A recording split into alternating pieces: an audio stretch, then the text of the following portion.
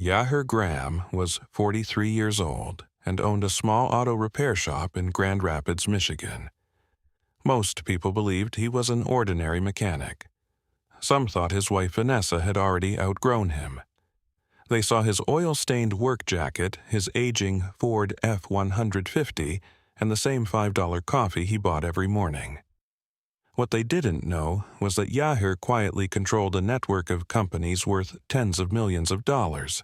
One rainy Thursday night, he stood beside his bedroom window and watched Vanessa laugh as another man opened the door of a black Mercedes S-Class for her. Then Yahir recognized the license plate, and he knew exactly who owned that car. Before we continue, take a second and tell me where you're watching from and what your local time is right now. I always enjoy seeing how far these stories travel. And if you enjoy slow burn stories where facts matter more than noise, make sure to subscribe. Tomorrow's story might change the way you look at first impressions forever. The next morning looked exactly like every other morning in Grand Rapids. That was the strange thing about betrayal. The world rarely announced it. The sun still came up over the Grand River. Traffic still crawled along I-196. The same customers still stopped at Graham Auto Service with oil leaks, brake problems, and check engine lights. By 7:30, Yahir Graham was already at work. His gray work jacket hung on a hook near the service bay entrance. A fresh pot of coffee sat beside the parts counter. The smell of motor oil and rubber filled the building. Nothing about the place suggested wealth. The garage occupied a plain brick building on the west side of town. The sign above the entrance had been there for almost 20 years. The waiting room contained 3 chairs, an old television and magazines nobody read anymore. Customers trusted the place because it felt honest. Yahir preferred it that way. "Morning, boss." Mike Sanders, one of the mechanics, waved from beneath a lifted Chevrolet Silverado. Yahir nodded. "Morning." Mike had worked there 11 years. The younger technicians respected Yahir because he never acted like an owner. He worked beside them. He got dirty beside them. If a transmission needed rebuilding, he rebuilt it. No speeches, no ego, just work. By 8 o'clock, the first rush of customers had arrived. A schoolteacher needed new brakes. A plumber needed a battery replacement. A retired firefighter came in for an oil change. Yahir moved through the shop, calmly answering questions, checking repair orders, and occasionally grabbing a wrench himself. To outsiders, it looked like the life of a man doing reasonably well, but nothing more. That image had become so convincing that even Vanessa eventually believed it. Especially Vanessa. At 10:30 she called. Yahir looked at the screen before answering. "Hey." Her voice sounded distracted. "Are you coming to Melissa's fundraiser next week?" Yahir checked an invoice on his desk. "What night?" "Thursday. I have a meeting." "You always have a meeting." The silence lasted 2 seconds. Then came the familiar sigh. The disappointed one. The judgmental one. "You know," Vanessa said, "most husbands actually enjoy being seen with their wives." Yahir leaned back. "I enjoy being seen with my wife." "Not enough to leave that garage." The line went quiet again. A few years earlier, comments like that would have started arguments. Not anymore. Yahir had noticed something changing in Vanessa nearly 18 months ago. It started small. A new wardrobe, more expensive makeup, new friends. Longer evenings away from home. Then came the comparisons. She compared him to executives, to investors, to husbands of her friends, to men she met at charity events, always successful men, always visible men, always loud men. "You could do more with yourself," she often said. The statement never made sense to Yahir. Not because it was offensive, because it was inaccurate. But he never corrected her. He simply listened. Over time, the criticism became sharper. She complained about his truck, his clothes, his schedule, his reluctance to attend social events, his preference for simple restaurants instead of upscale places downtown. The irony was almost funny. The Ford F-150 she mocked had been paid off for years. The jacket she hated cost less than one of her handbags. The garage she dismissed generated enough revenue to support hundreds of employees through various companies she didn't even know existed. Yet Yahir never defended himself. Defending himself would require explanations. Explanations created attention. Attention created risk. And Yahir had spent nearly 2 decades learning the value of privacy. Around noon, Vanessa posted a photo on social media. Yahir saw it during lunch. She sat at an outdoor cafe in downtown Grand Rapids. Perfect makeup, designer sunglasses, a glass of white wine. The caption read, "Life is too short to think small." Hundreds of likes followed. Several comments appeared beneath it. "Beautiful. Living your best life? You deserve happiness." Yahir stared at the screen for a moment. Then he locked the phone and returned to work. The comments didn't bother him. What bothered him were the details, because details told stories. And lately, Vanessa's details had changed. 3 months ago, she started carrying her phone everywhere. 2 months ago, she changed her passcode. 6 weeks ago, she began stepping outside for certain calls. 4 weeks ago, she started smiling at messages she never shared. 2 weeks ago, she stopped asking Yahir when he'd be home. The pattern was obvious.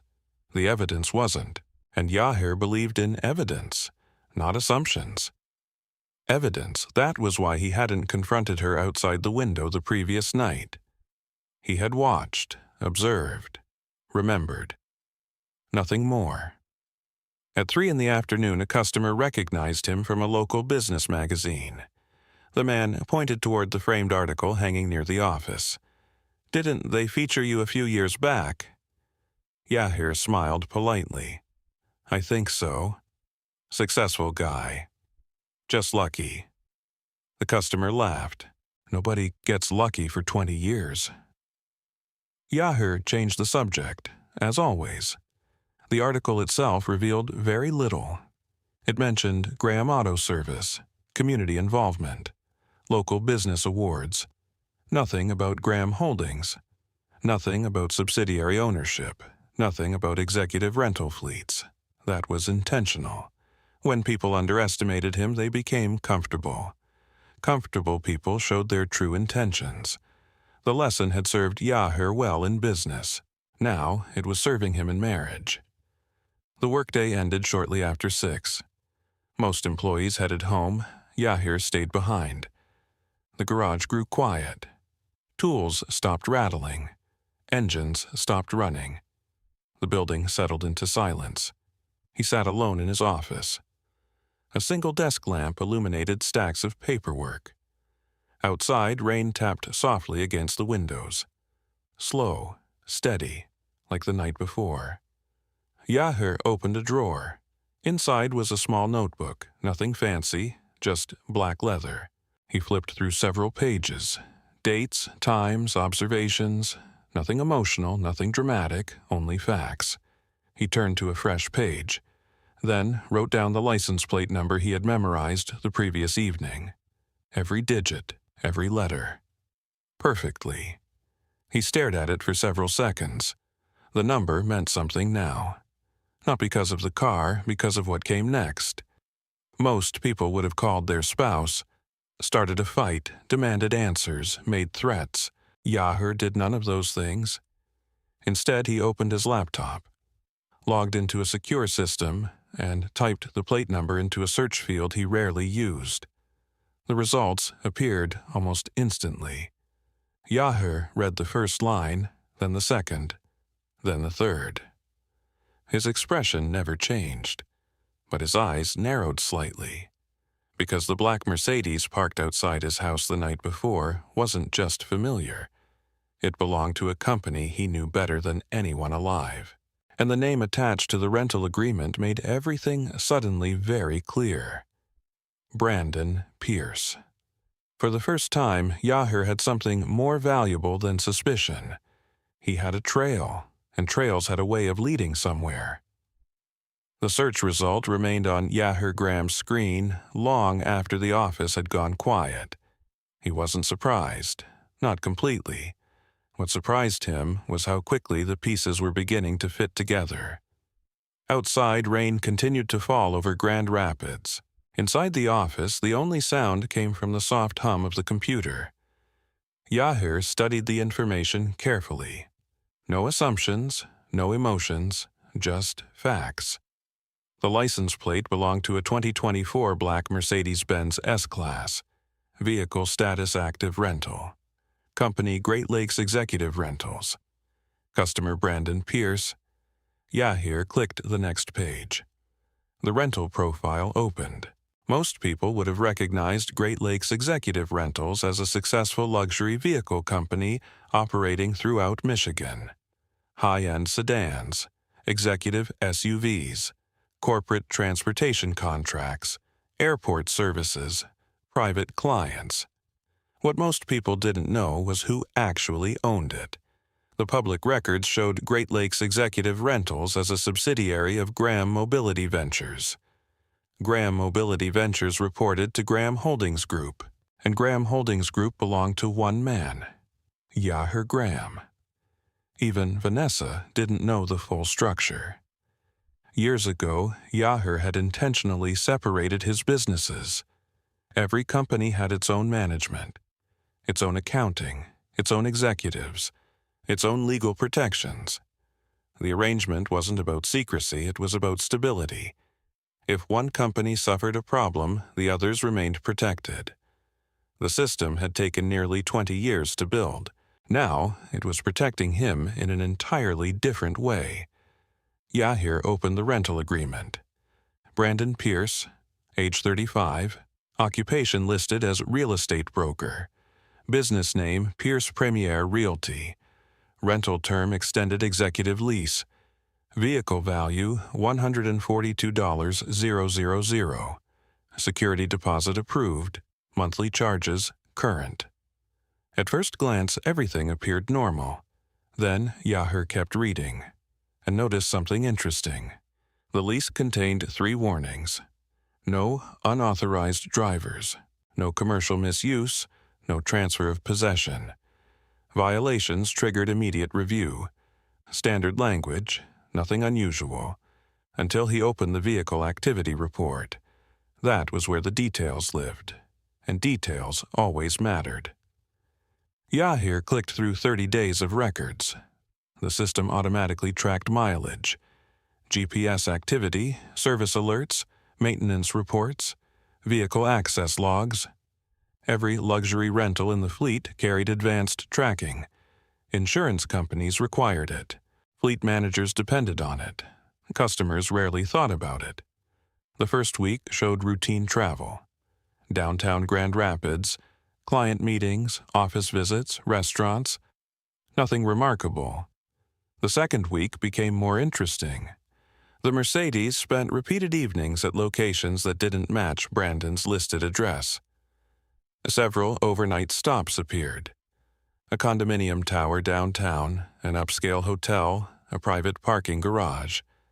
Yahir kept scrolling. His face remained expressionless. The report didn't tell stories. It simply recorded movement. Movement told enough. Then he noticed another section. Driver authentication alerts. His eyes narrowed. There were 6 entries, 6.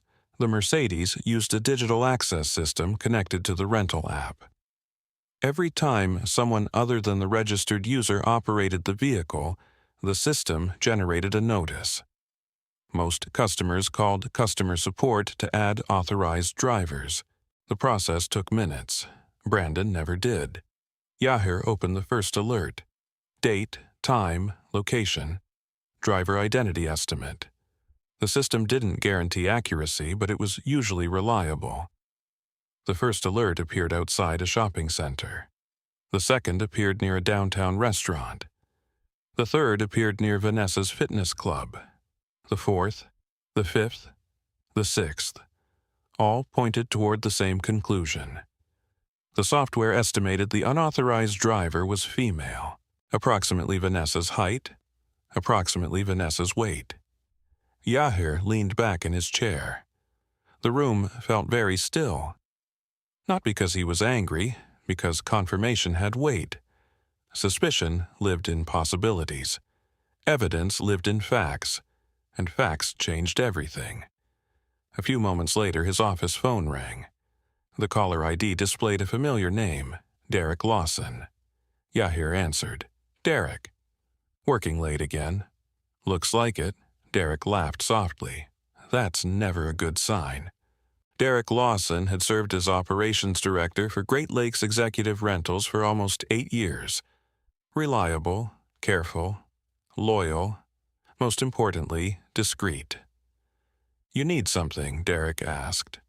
Possibly. A short pause followed. Personal, very. That immediately changed Derek's tone. Understood. Yahir rotated his chair toward the window. Rainwater slid down the glass. I need a complete activity package for a rental account. Which one? Brandon Pierce. Silence. Then Derek replied. The real estate guy. You know him only by reputation. What reputation? Another pause. Likes attention. That sounded accurate, Derek continued. He rents expensive vehicles whenever he's trying to impress clients. Anything else? Nothing serious, at least nothing that's reached my desk.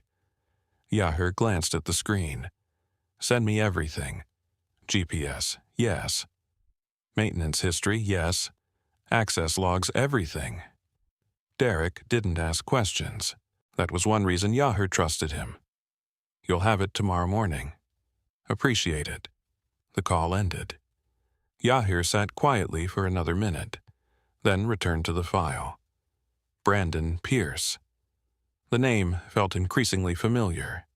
Not from business, from Vanessa. She had mentioned him before, several times.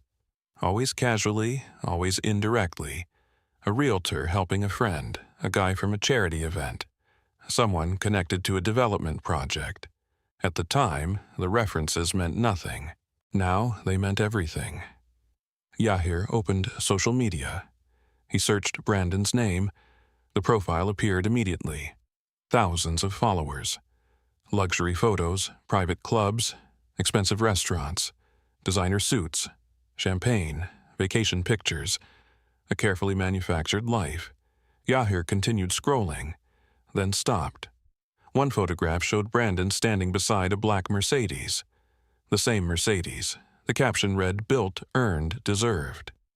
Hundreds of comments praised his success. Yahir looked at the timestamp. 3 weeks ago. Technically, the statement wasn't true. Brandon hadn't built it, hadn't earned it, and certainly didn't own it. But the people reading the post didn't know that. Vanessa probably didn't either. Or maybe she wanted to believe it. Sometimes people preferred attractive stories over ordinary truth. The ordinary truth was standing in the repair garage every morning wearing an oil-stained jacket. The attractive story wore tailored suits and posed beside luxury vehicles. Yahir understood the difference. That understanding made him valuable in business. It also made him dangerous to underestimate. At nearly 9 o'clock, he finally shut down the computer. Most men in his position might have driven home angry, might have confronted their spouse, might have demanded explanations. Yahir did none of those things. Because once a confrontation happened, people adapted. They deleted messages, changed stories, destroyed evidence, became careful. Careful people were harder to expose. And Yahir wasn't interested in arguments. He was interested in truth. The next morning arrived cold and gray. By 8 o'clock, Derek Lawson's email appeared. The subject line was simple. Pierce file package. Yahir opened it. Dozens of documents filled the folder. Rental records, GPS reports, service logs, Access data, insurance confirmations, everything Derek had promised. Yahir began reviewing them. Most confirmed what he already suspected. Then he reached the final document. Vehicle Exception Report. He opened it.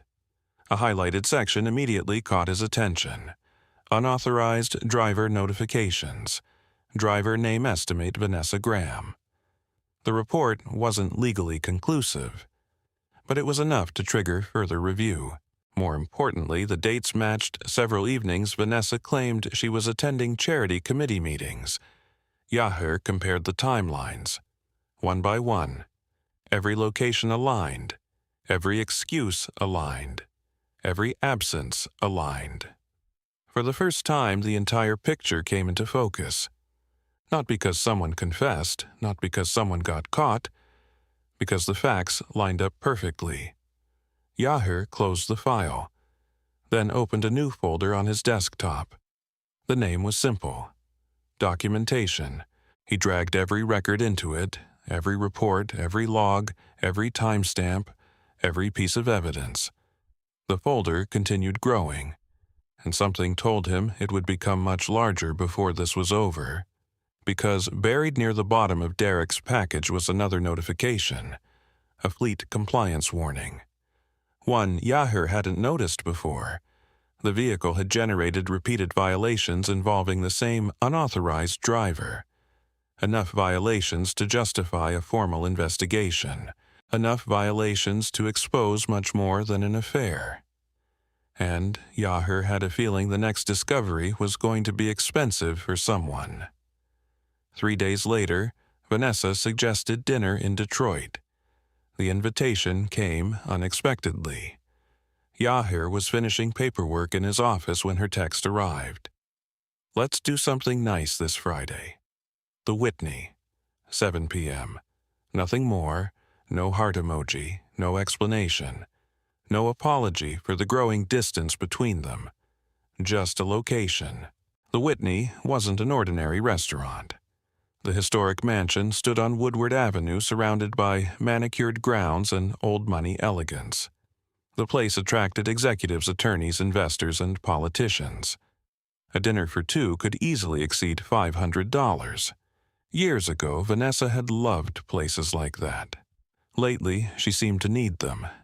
Yahir stared at the message for several seconds before responding.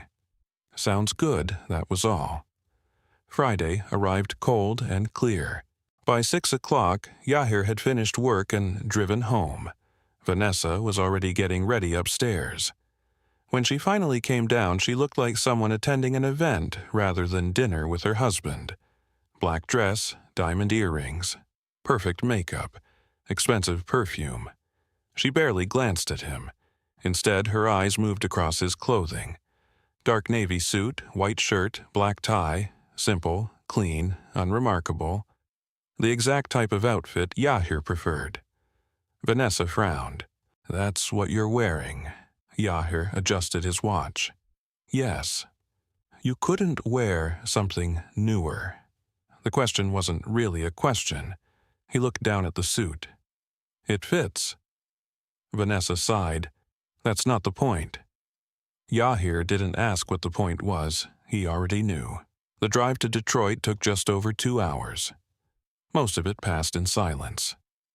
Vanessa spent much of the trip on her phone, smiling occasionally, typing rapidly, locking the screen whenever Yahir glanced in her direction. Again, he said nothing. The city lights appeared shortly before 7. Traffic flowed through downtown. Luxury apartments glowed against the night sky. Valets moved between expensive vehicles. The Whitney stood illuminated at the end of the street like something from another century. A valet opened Vanessa's door. She smiled at him. The smile looked effortless. Inside, crystal chandeliers reflected warm light across polished wood and marble floors. The restaurant buzzed with quiet conversations. Business deals, celebrations, networking dinners, people performing success. The hostess escorted them to a private table near one of the mansion's large windows. Vanessa seemed pleased immediately. This was her environment, the kind of place she wished represented her daily life. The waiter arrived, wine was ordered, menus opened. For a few minutes, the evening almost felt normal. Then Vanessa started talking. Not about their marriage, not about their future, not even about her day. Instead, she spoke about other people. A couple who had purchased a lakefront home. A woman whose husband had become a venture capitalist. Another family who recently bought a second property in Florida. Every story carried the same hidden message. Look what successful people do. Yahir listened quietly. Finally, Vanessa set down her wine glass. You know what your problem is? Yahir met her eyes. No. You've never wanted more. The statement hung between them. Yahir remained silent. Vanessa continued. You could have expanded years ago. I did, she laughed lightly. I mean, really expanded. Yahir said nothing. That was the strange thing. She wasn't entirely wrong. He had expanded, more than she could possibly imagine. But because he never advertised it, she assumed it didn't exist. The waiter returned with appetizers. The conversation paused. Then a familiar voice interrupted from behind. Vanessa. She turned immediately. Too quickly, as if she already knew who would be standing there. Brandon Pierce smiled beside the table. Perfectly tailored charcoal suit, expensive watch, perfect haircut. The confidence of a man who enjoyed being observed. Vanessa widened her eyes. From Brandon. What are you doing here? The surprise looked rehearsed. Not dramatic, just slightly too polished. Brandon laughed. Meeting a client upstairs. Then he looked toward Yahir. You must be Yahir. The handshake lasted 2 seconds. Firm, measured, competitive. Brandon sat without being invited. I've heard a lot about you. Yahir doubted that, but he nodded politely. Hopefully good things. Brandon smiled. Of course. The waiter arrived again. Brandon ordered a bourbon that cost more than most people spent on dinner. Then he launched into stories. Development projects, luxury listings, investment opportunities, private clients. Every sentence sounded carefully designed to impress.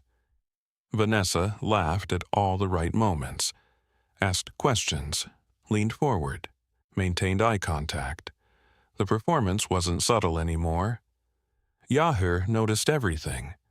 Not because he was jealous, because he paid attention. Good businessmen paid attention. Eventually, Brandon mentioned vehicles. That topic arrived naturally enough, or perhaps intentionally. I finally upgraded my daily driver, Brandon said. Vanessa smiled. The Mercedes, Brandon grinned. The Mercedes. Then he casually placed the key fob on the table. A small gesture, but deliberate. People who truly owned expensive things rarely displayed them. People seeking validation often did. The key sat beneath the chandelier light like a trophy. Brandon noticed Yahir looking at it. You like cars, right? I do. Beautiful machine. It is. Brandon leaned back. Best purchase I've made all year. Vanessa smiled into her wine glass. Yahir looked at the key, then at Brandon, then back at the key. The statement was technically false.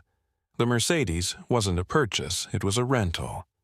A rental owned by a subsidiary Brandon didn't know belonged to Yahir, but Yahir kept that information to himself. The conversation continued. Brandon eventually shifted toward business. So, Vanessa tells me you're in automotive. I own a repair garage. Brandon nodded. Nothing wrong with that. The wording carried a familiar tone. The tone people used when pretending not to judge. Everyone starts somewhere. Vanessa laughed softly. The comment might have sounded harmless to others. It didn't sound harmless to Yahir. Not because it was insulting, because it revealed exactly what Brandon believed. He believed he occupied a higher position. He believed Yahir was beneath him. Most importantly, he believed appearances were reality. Those beliefs would become important later. Dinner continued another hour. The food was excellent. The conversation wasn't. By the time dessert arrived, Brandon finally stood. "Good seeing you both." His attention lingered on Vanessa a fraction too long. A detail most husbands might have missed. Yahir didn't. Brandon left. Vanessa watched him disappear toward the front entrance. Only then did she return her attention to the table. The check arrived shortly afterward. Vanessa glanced at it. Her expression changed slightly. The total exceeded $600. For a brief moment, uncertainty appeared. Perhaps she expected Yahir to hesitate. Perhaps she expected him to complain. Instead, he reached into his jacket, removed a black card, and handed it to the waiter. The transaction lasted seconds. Vanessa barely looked at the card. If she had, she might have noticed something. The card wasn't connected to Graham Auto Service. The embossed name belonged to Graham Holdings Group, a company she had never questioned, a company she assumed handled routine business matters. Nothing more. The waiter returned. Payment approved. Receipt signed. Dinner finished. As they walked toward the exit, Yahir glanced through the front windows. Across the street sat the black Mercedes. Its polished surface reflected city lights. Beautiful, expensive, familiar. A vehicle Brandon proudly claimed as his own. A vehicle Vanessa clearly admired. A vehicle currently generating an expanding folder of evidence on Yahir's computer. The valet opened the Mercedes door. Brandon climbed inside. A moment later, the car disappeared into Detroit traffic. Yahir watched the taillights vanish. Then something caught his attention. A notification appeared on his phone. New Fleet Compliance Alert.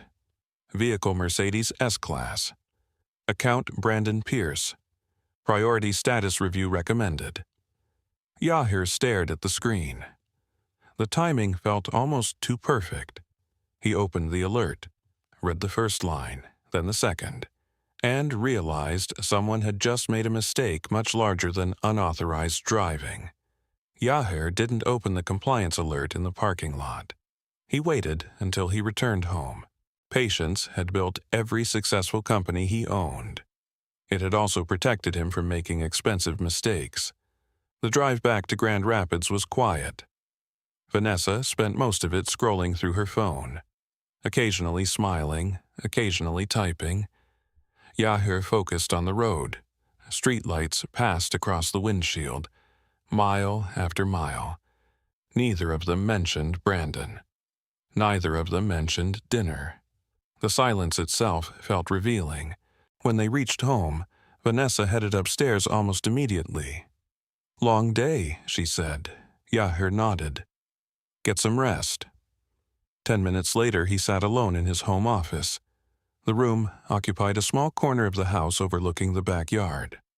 Nothing luxurious. A desk, bookshelves, a leather chair, a computer. Most visitors assumed it was where Yahir managed garage paperwork. That assumption suited him perfectly. He logged into the fleet management system. The compliance notification waited exactly where he had left it. Priority Status Review recommended. Yahir opened the file.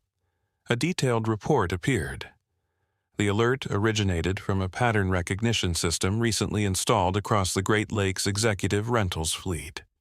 The software monitored unusual behavior, unauthorized access, suspicious travel activity, repeated location matches, potential insurance violations. Most alerts turned out to be harmless. Some were not. This one fell somewhere in between. The report highlighted repeated overnight stays, multiple luxury locations, consistent driver mismatches. None of those surprised Yahir anymore. Then he reached the final section. Supporting documentation available. His eyes narrowed slightly. The system had automatically attached supporting records: hotel valet logs, parking receipts, toll transactions, vehicle access timestamps. The amount of information was impressive and useful, very useful. Yahir began downloading everything, one file after another. Each document entered a folder on his computer. Documentation. The folder was becoming larger every day. By midnight, he had created a timeline, not a theory, not a suspicion, a timeline. Dates, locations, transactions, movements, patterns. The affair was beginning to map itself. The next morning, Yahir called Derek Lawson. Derek answered immediately. "Morning. I reviewed the compliance alert. I figured you would. You mentioned everything was available." "It is." Yahir leaned back in his chair. "I want copies of every supporting record." Derek paused. "Everything. Everything." The answer came without hesitation. "No problem." Yahir trusted Derek because he understood discretion. Some executives enjoyed gossip. Derek hated it. He focused on facts. Facts were useful. Gossip wasn't. By 10 o'clock, the requested files arrived. The package contained over 70 pages. Yahir printed every one, then spread them across the conference table inside his office. For nearly 2 hours, he reviewed them carefully. The story emerging from the paperwork looked different from the story Vanessa and Brandon were probably telling themselves. Affairs often relied on fantasy. Records relied on reality. Reality was much harder to manipulate. The first interesting discovery appeared inside the GPS logs. The Mercedes had repeatedly visited the same luxury condominium tower in downtown Grand Rapids. River House Condominiums, one of the most expensive residential buildings in the city. Yahir recognized it immediately. Several corporate executives lived there. So did a few local athletes. The visits happened frequently, mostly evenings, sometimes overnight. The pattern was impossible to ignore. The second discovery appeared in the valet records. The Mercedes visited multiple high-end hotels. Not once, repeatedly. One location appeared more than any other: the Amway Grand Plaza Hotel, a historic luxury property overlooking the Grand River. Yahir opened the supporting receipts: valet tickets, parking confirmations, service records, dates, times. Everything matched. The Mercedes had spent 5 separate nights there within the last 7 weeks. 5. That alone told a story. Then came the third discovery, the one that made Yahir stop reading for several seconds. A valet service note. Most people would have ignored it. Yahir didn't. The note read, "Customer's stated vehicle personally owned. Requested premium handling. The customer was Brandon Pierce." Yahir read the sentence twice. Not because it was shocking, because it was revealing. Brandon wasn't simply borrowing status. He was actively building an identity around it. The Mercedes wasn't transportation. It was part of a performance, and performances often became expensive. Around noon, Yahir received another call. This time it came from Rachel Monroe. Rachel had represented executives, entrepreneurs, physicians, and investors throughout Michigan for nearly 20 years. She possessed a reputation for precision. People hired Rachel when emotions needed to stay out of legal matters, which made her the perfect attorney for Yahir. "You sound busy," she said, "always." "How much have you found?" Yahir looked across the paperwork covering the table. "Enough." Rachel understood immediately. "Meaning?" "The evidence is becoming consistent." A brief silence followed. Then Rachel asked the most important question. "Have you confronted her?" "No." "Good." The answer arrived instantly, almost too quickly. Yahir wasn't offended. Rachel had seen countless clients sabotage themselves. Angry phone calls, public arguments, threats, emotional messages. Every mistake weakened future legal positions. Rachel preferred discipline. So did Yahir. "Keep collecting information," she said. "No confrontation. No confrontation." "What about Brandon?" "No." Rachel's voice remained calm. "Facts first, reactions later." Yahir smiled slightly. "That's usually my approach." "Good." The call ended. The advice wasn't new, it simply confirmed what Yahir already believed. Evidence first, everything else later. That afternoon another package arrived from Derek. This one contained security footage. Yahir immediately opened the files. Several cameras monitored customer interactions at Great Lakes Executive Rentals. Nothing invasive, nothing illegal. Standard business operations. The footage displayed Brandon collecting the Mercedes nearly 3 months earlier. Yahir watched carefully. The video showed Brandon entering the rental office. Confident, well-dressed, smiling, the interaction lasted approximately 20 minutes. Then something unexpected happened. The front entrance opened again. Vanessa walked inside. Yahir leaned forward. This was new. The timestamp showed the footage had been recorded weeks before he noticed anything suspicious. Weeks. Vanessa approached Brandon. They exchanged a brief hug. Not a friendly greeting, not professional, personal, comfortable, familiar. The type of hug shared by people already connected. Yahir replayed the clip, then replayed it again. Not because he doubted what he saw, because timelines mattered. The footage suggested their relationship began earlier than he originally believed. Much earlier. Then another detail emerged. After completing paperwork, Brandon handed the keys to Vanessa. She entered the driver's seat. He entered the passenger seat. The Mercedes left the property. Together. The video ended. Yahir sat quietly. The office felt unusually still. Not because he was hurt. That stage had passed. The footage simply confirmed another piece of the puzzle.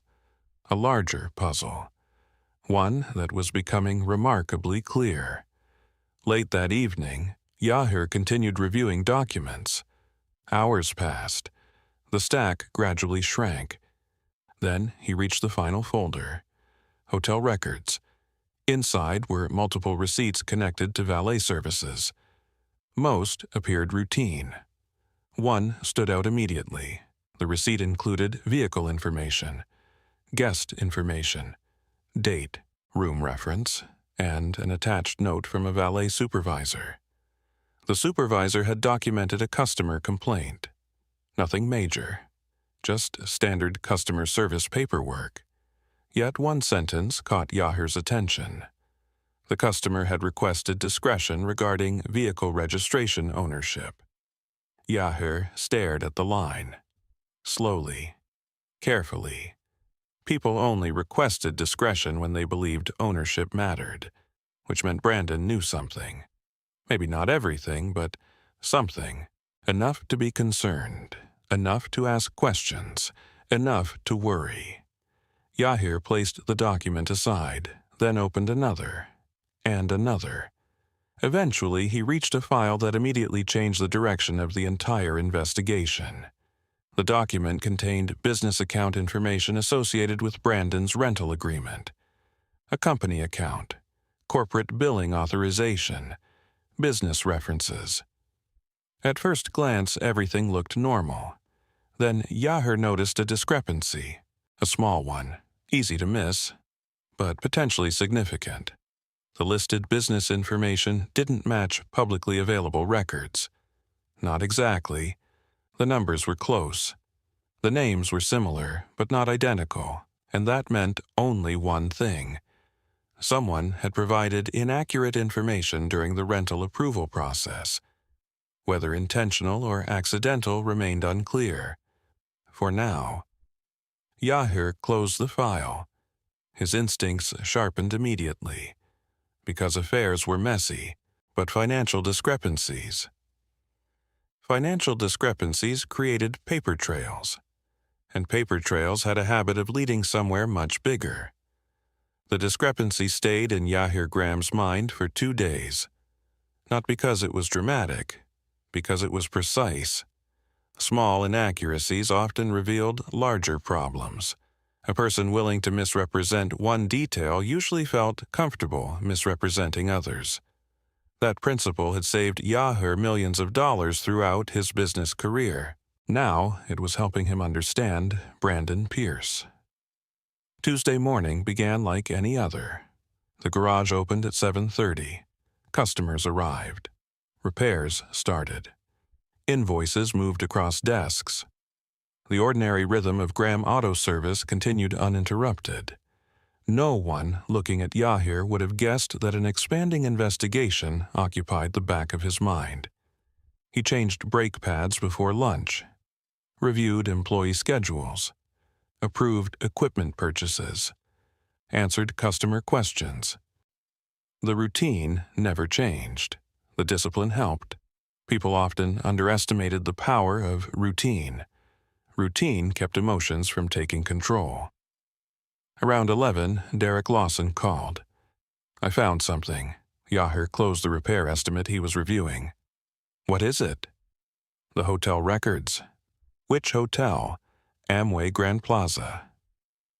That got Yahir's attention immediately. The Amway Grand appeared more frequently than any other location in the GPS reports. "What about it?" Derek hesitated briefly. "You're going to want to see this yourself." "That serious?" "Potentially." Yahir glanced through the office window toward the service bays. "I'll head over this afternoon." "Good." The call ended. 3 hours later, Yahir parked outside the Amway Grand Plaza Hotel. The historic building overlooked the Grand River. Luxury vehicles lined the entrance. Valets moved efficiently between guests. Business travelers entered through revolving doors. Nothing looked unusual. That was the thing about secrets. They rarely advertised themselves. Inside, the lobby buzzed with activity. Yahir walked calmly through the crowd. Several employees recognized him, not as a garage owner, as something else. Great Lakes Executive Rentals had maintained corporate partnerships with several luxury hotels throughout Michigan for years, including this one. A valet supervisor spotted him almost immediately. "Mr. Graham." Yahir offered a polite handshake. "Good afternoon." The supervisor's name was Kevin Reynolds. 40 years old, professional, reliable. Derek had worked with him on several fleet agreements. Kevin led Yahir toward a quieter office near the valet operations desk. Once the door closed, the noise of the hotel disappeared. Kevin opened a folder. "We pulled everything connected to the Mercedes." Yahir sat down. "Let's see it." The folder contained valet logs, parking tickets, vehicle arrival records, driver notes, standard documentation. Most of it matched information Yahir already possessed. Then Kevin turned to a particular page. "This is the one Derek mentioned." Yahir studied the document. The record came from 6 weeks earlier. Valet arrival time 7:12 p.m. Vehicle Mercedes S-Class. Customer Brandon Pierce. Attached notes available. Kevin pointed toward the supporting report. "One of my newer valets filed this." Yahir began reading. The note described a conversation during vehicle drop-off. Nothing unusual initially. Then the details changed.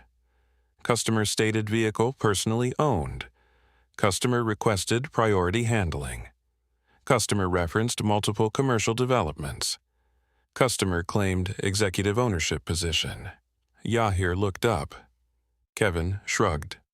"We hear things all the time." "I'm sure." "But that's not the interesting part." Kevin produced another document. A security still image. Yahir immediately recognized the people. Brandon, Vanessa. The photograph showed them entering the hotel together. Close together. Comfortable together. The timestamp matched one of the evenings Vanessa claimed she was attending a charity planning meeting. Another lie confirmed. Still, Yahir remained calm. He had passed the point of needing emotional validation. Evidence spoke for itself. "What happened after this?" he asked. Kevin opened another file. The answer surprised him. The valet staff had experienced a complaint the following morning. Not from Brandon, from another guest. Apparently, Brandon had spent nearly 20 minutes in the valet area discussing his business success with several employees. Most people ignored such behavior. One employee documented it because Brandon repeatedly emphasized vehicle ownership. Ownership, again. That word kept appearing. Not luxury, not success. Ownership.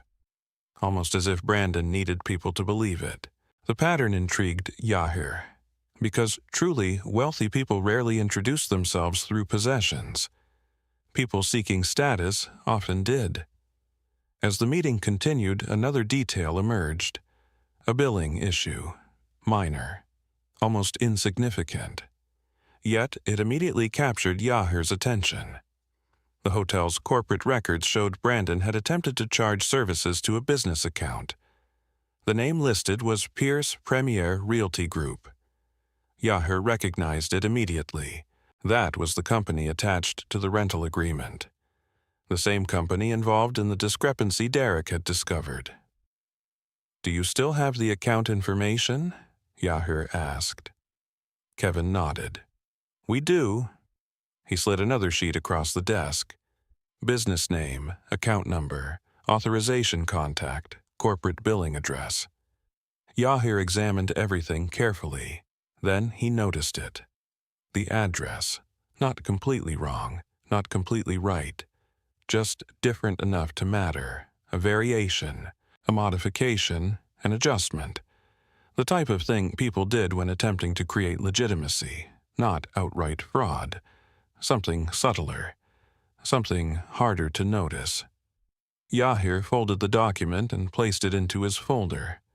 The pieces were slowly aligning, and each new piece pointed toward the same conclusion. Brandon's public image appeared significantly larger than his actual financial reality. When the meeting ended, Kevin walked Yahir back toward the lobby. They passed the valet station on the way out. Several employees greeted him. One younger valet suddenly paused. Recognition crossed his face. "Wait." The young man looked between Yahir and the Mercedes photo sitting partially visible inside the folder. "You own Great Lakes Executive Rentals, right?" Yahir nodded. The valet smiled. "I thought so." Then he added something unexpected. "That guy with the Mercedes talked about owning it every time he came here." Yahir said nothing. The valet continued. "He even corrected another employee once." "Corrected him." "Yeah." The valet laughed awkwardly. "One of us mentioned it looked like a rental. He got pretty defensive." "Interesting. Very interesting." Yahir thanked him and left. Outside, the afternoon air felt cool. Clouds drifted above the river. Traffic moved steadily across downtown Grand Rapids. Yahir remained seated in his truck for several minutes before starting the engine. His thoughts weren't focused on the affair anymore. The affair was obvious. The larger issue was becoming something else. Identity, image, money, the stories people told, the records they created, the inconsistencies between them. Back at the garage, Yahir locked himself inside his office. He spread the new documents across the desk.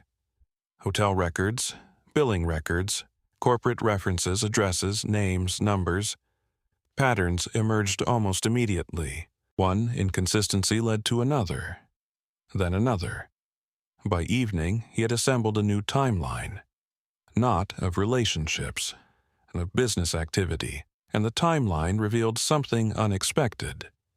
The same business account appeared repeatedly, not only with the rental company, not only with the hotel. Several additional references surfaced across expense reports and authorization records. Too many. Far too many.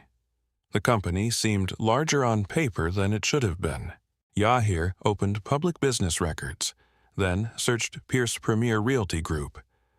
The results appeared instantly.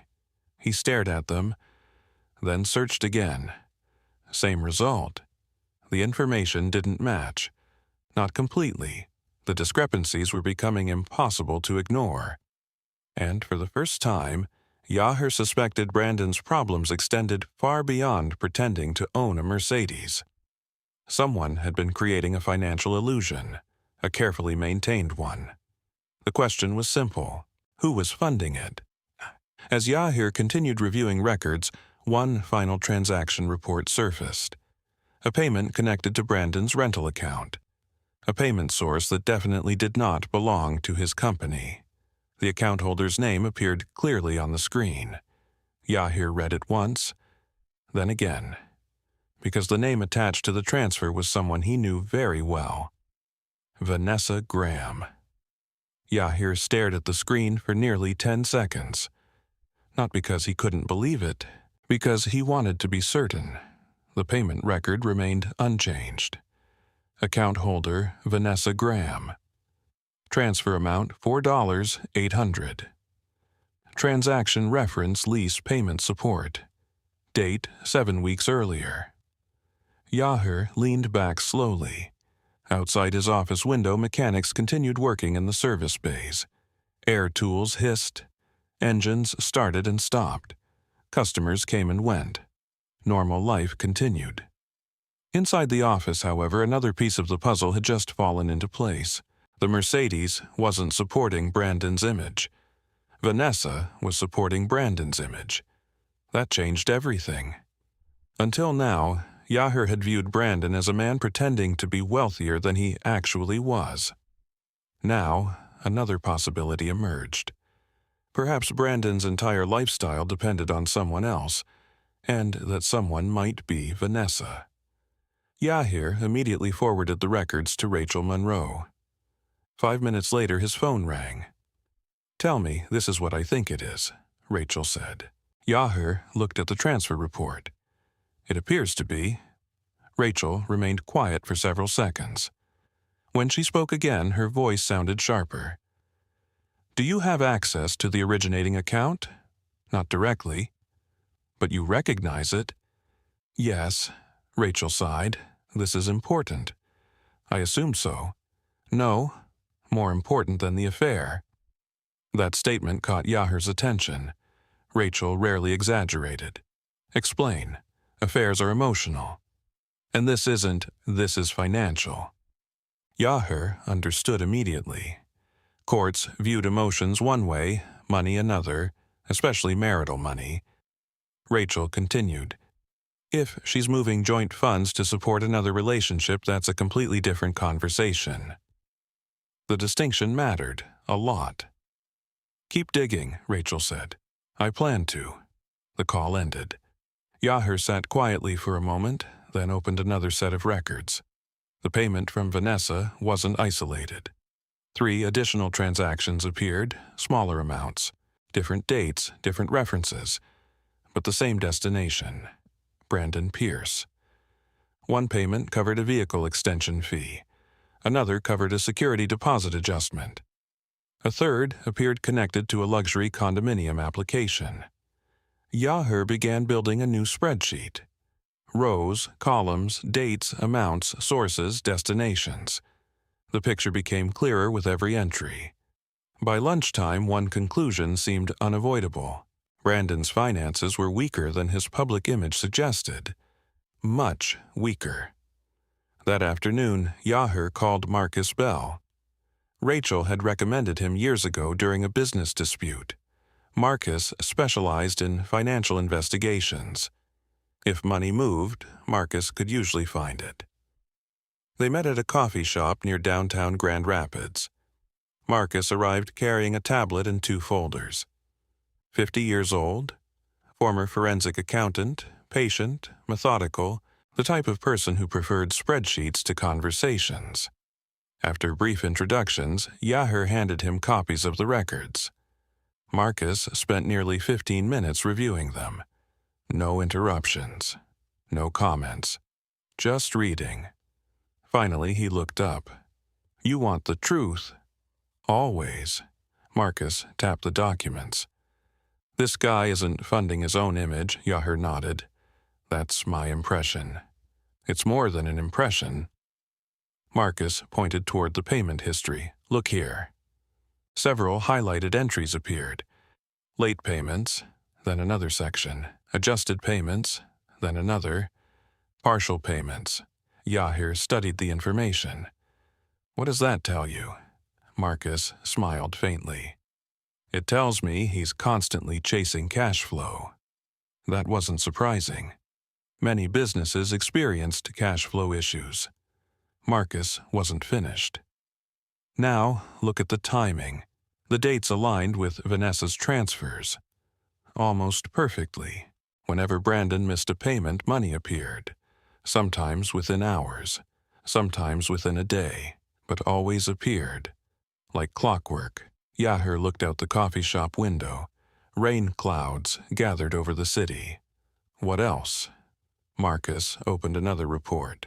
Public business records, tax filings, property records, commercial registrations. The information painted a very different picture than Brandon's social media profile. The luxury lifestyle existed, but the financial foundation beneath it looked unstable.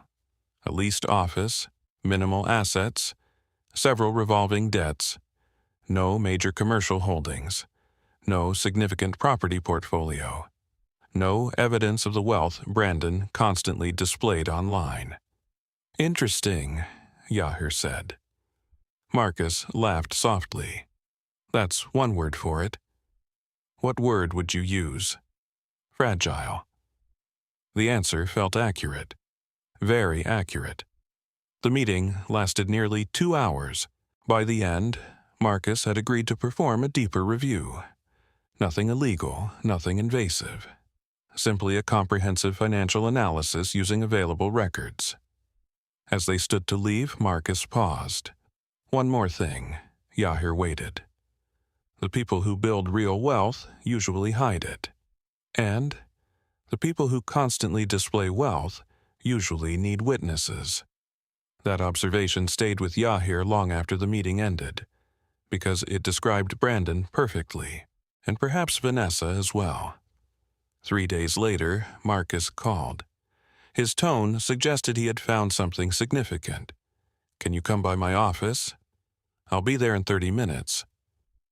The office occupied the 3rd floor of a commercial building downtown. Stacks of files covered nearly every surface. Marcus greeted him without wasting time, then handed over a report. 37 pages. Detailed. Thorough. Disturbing. Yahir began reading. The report confirmed most of their earlier conclusions. Brandon's financial position remained far weaker than publicly advertised. Several business expenses exceeded normal operating levels. Multiple accounts carried unusually low balances. And perhaps most importantly, outside funding appeared repeatedly. Not loans, not investors, personal transfers. The largest source, Vanessa Graham. Yahir turned another page, then another. Each one added more detail. The transfers stretched back nearly 9 months. 9, far longer than he expected. The total amount eventually appeared near the bottom of the report. Yahir stared at it. $67,400. For a moment, the room felt unusually quiet. Not because of the amount itself, because of what it represented. $67,000 wasn't a mistake. It wasn't impulse spending. It wasn't a misunderstanding. It was a deliberate pattern. A sustained pattern. Marcus folded his hands. "That's not the interesting part." Yahir looked up. "There's more." "Oh, yes." Marcus slid another document across the desk. Bank transfer descriptions, reference notes, transaction labels. Most appeared ordinary. Vehicle, rent, consulting, marketing. Then one label appeared, and immediately stood apart. Fresh Start Fund. The transfer totaled $25,000, the largest payment in the entire report. The date was recent, very recent, less than 3 weeks old. Yahir read it again. Fresh Start Fund. The wording bothered him. Not because it was dramatic, because it sounded intentional, planned, future-oriented. Marcus watched him carefully. You thinking what I'm thinking? Probably. They're preparing for something. Yahir nodded slowly. A new apartment, a relocation, a future together. Any of those possibilities fit. The payment suggested planning, not spontaneity, which meant the affair wasn't simply emotional. It was strategic. Someone had been preparing an exit and using marital resources to do it. Marcus leaned forward. There's one final thing. Yahir waited. Marcus handed him another page. The document contained account information connected to the Fresh Start Fund transfer, destination account, receiving institution, beneficiary details. Yahir scanned the page, then stopped. The account wasn't registered solely to Brandon. A second name appeared beside his. A joint beneficiary. Yahir felt his pulse slow. Not increase, slow.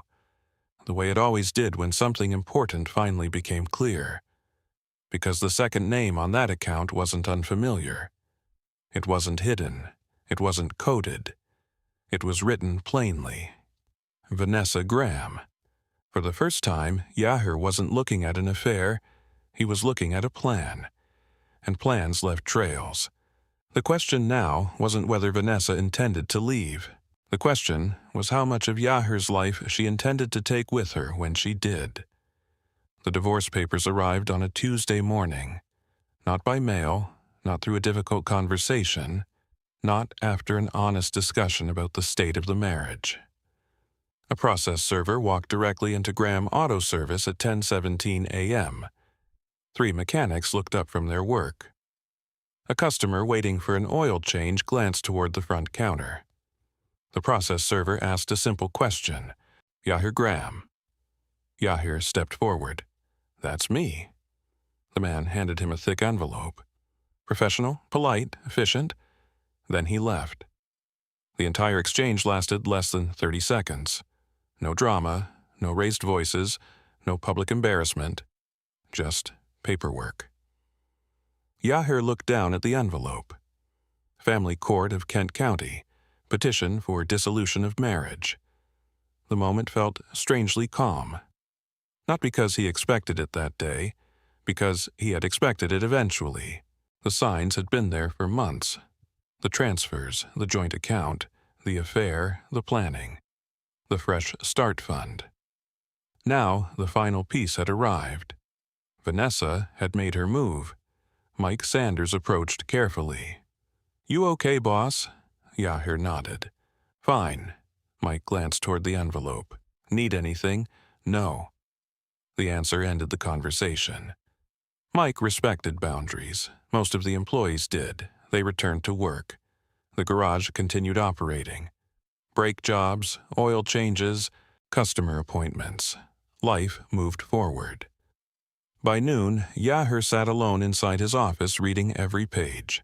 Once, then a second time, then a third. Each review revealed more. The petition painted a very specific picture of his life, or at least Vanessa's version of it. Yahir almost admired the confidence. Almost. According to the filing, Vanessa described her husband as the owner of a modest automotive repair business. A hard-working man, financially stable, comfortable, but limited. The language appeared carefully chosen.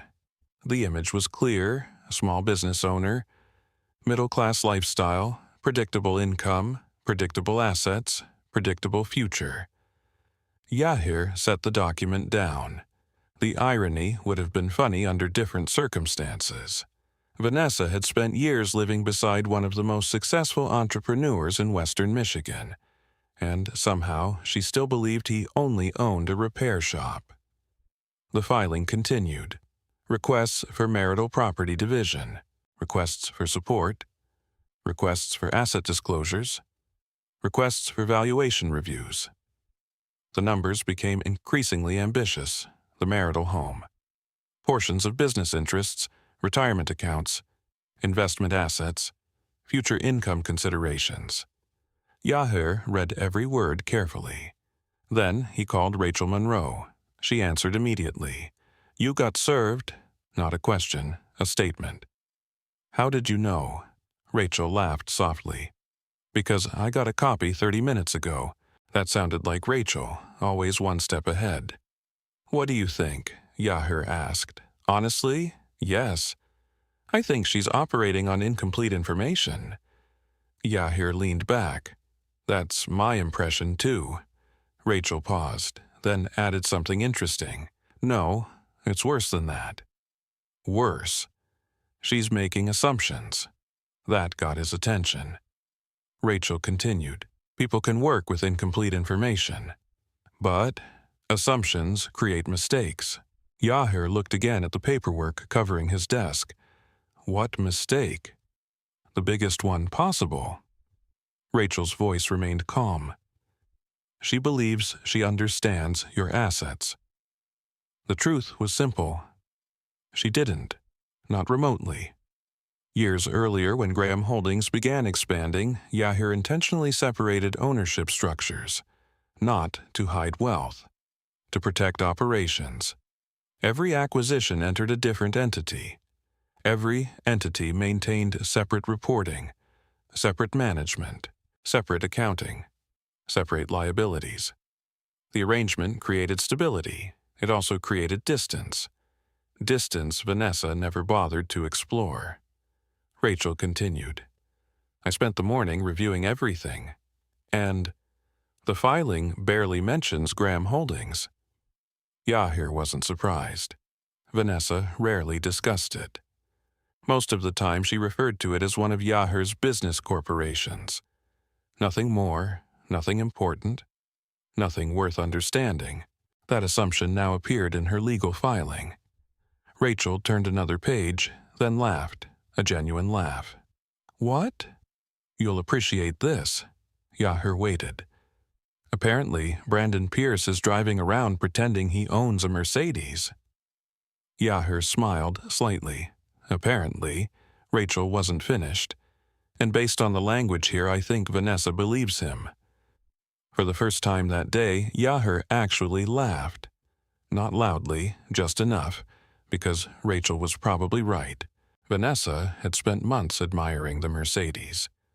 Months watching Brandon display it. Months building plans around him. Yet she never once checked who owned the vehicle. Never once verified anything. She accepted the image, the story, the performance, exactly as Brandon presented it. Rachel's tone became serious again. "That's going to matter later." "Why?" "Because perception creates expectations. And expectations become dangerous when reality arrives."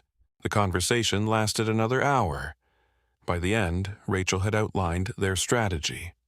No emotional responses, no aggressive actions, no public accusations. Everything would proceed through documentation, records, contracts, financial disclosures, evidence, exactly the way Yahir preferred. That evening, he returned home. Vanessa was already there. The atmosphere inside the house felt different. Not tense, final. The papers had changed something, even if neither person mentioned them. She'd stood in the kitchen reviewing something on her tablet. When Yahir entered, she looked up. For a moment, neither spoke. Then Vanessa broke the silence. "I assume you've seen the filing." "Yes." Another pause. She seemed surprised by how calm he sounded.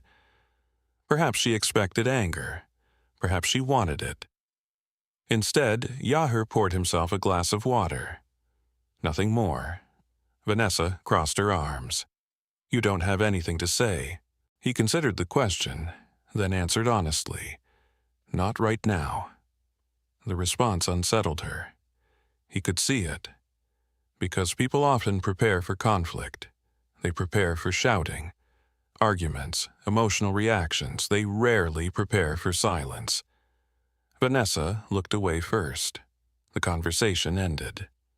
Later that night, Yahir sat in his office reviewing the petition again. Not because he needed to, because patterns interested him. One section caught his attention. Asset references, specific properties, specific business interests, specific assumptions. The wording revealed exactly what Vanessa believed, and exactly what she didn't know. She listed Graham Auto Service, of course. She referenced a handful of public investments, also expected. She referenced personal accounts, reasonable. What she never mentioned was far more important. No mention of Graham Mobility Ventures. No mention of Great Lakes Executive Rentals. No mention of multiple subsidiaries. No mention of commercial holdings. No mention of transportation contracts. No mention of licensing operations. Nothing. The absence was enormous. Rachel had been right. Vanessa wasn't filing from a position of knowledge. She was filing from a position of confidence. Those weren't the same thing. Around midnight, an email arrived from Rachel. Subject: preliminary review notes. Yahir opened it. Attached were several observations, several legal considerations, several warnings. Then, one sentence near the bottom immediately stood out. She believes the rental fleet belongs to Brandon. Yahir stared at the screen. Slowly, carefully, because that single misunderstanding explained everything. The admiration, the confidence, the future plans, the assumptions. Vanessa genuinely believed Brandon owned the lifestyle he displayed. The Mercedes, the image, the success, the status. And if she believed that she was about to walk into a legal process carrying completely inaccurate expectations. Yahir closed the email, then looked toward the dark window beside his desk. The reflection, staring back, looked calm, patient, focused, because for the first time since that rainy night outside the bedroom window, he understood exactly what was happening. Vanessa had already decided she was leaving. She believed she knew who was winning, and she believed she knew what the future looked like.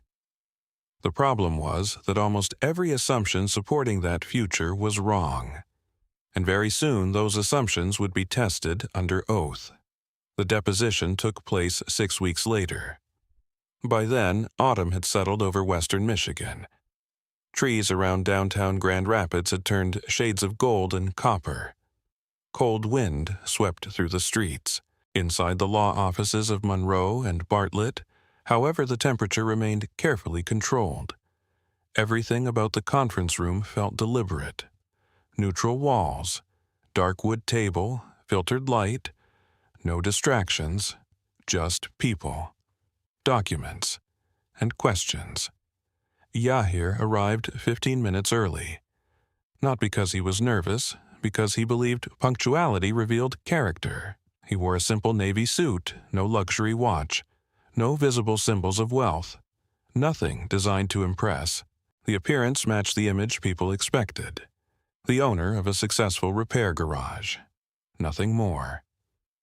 Rachel Monroe sat beside him, reviewing notes. Across the room, several bankers' boxes contained documents prepared over the previous months.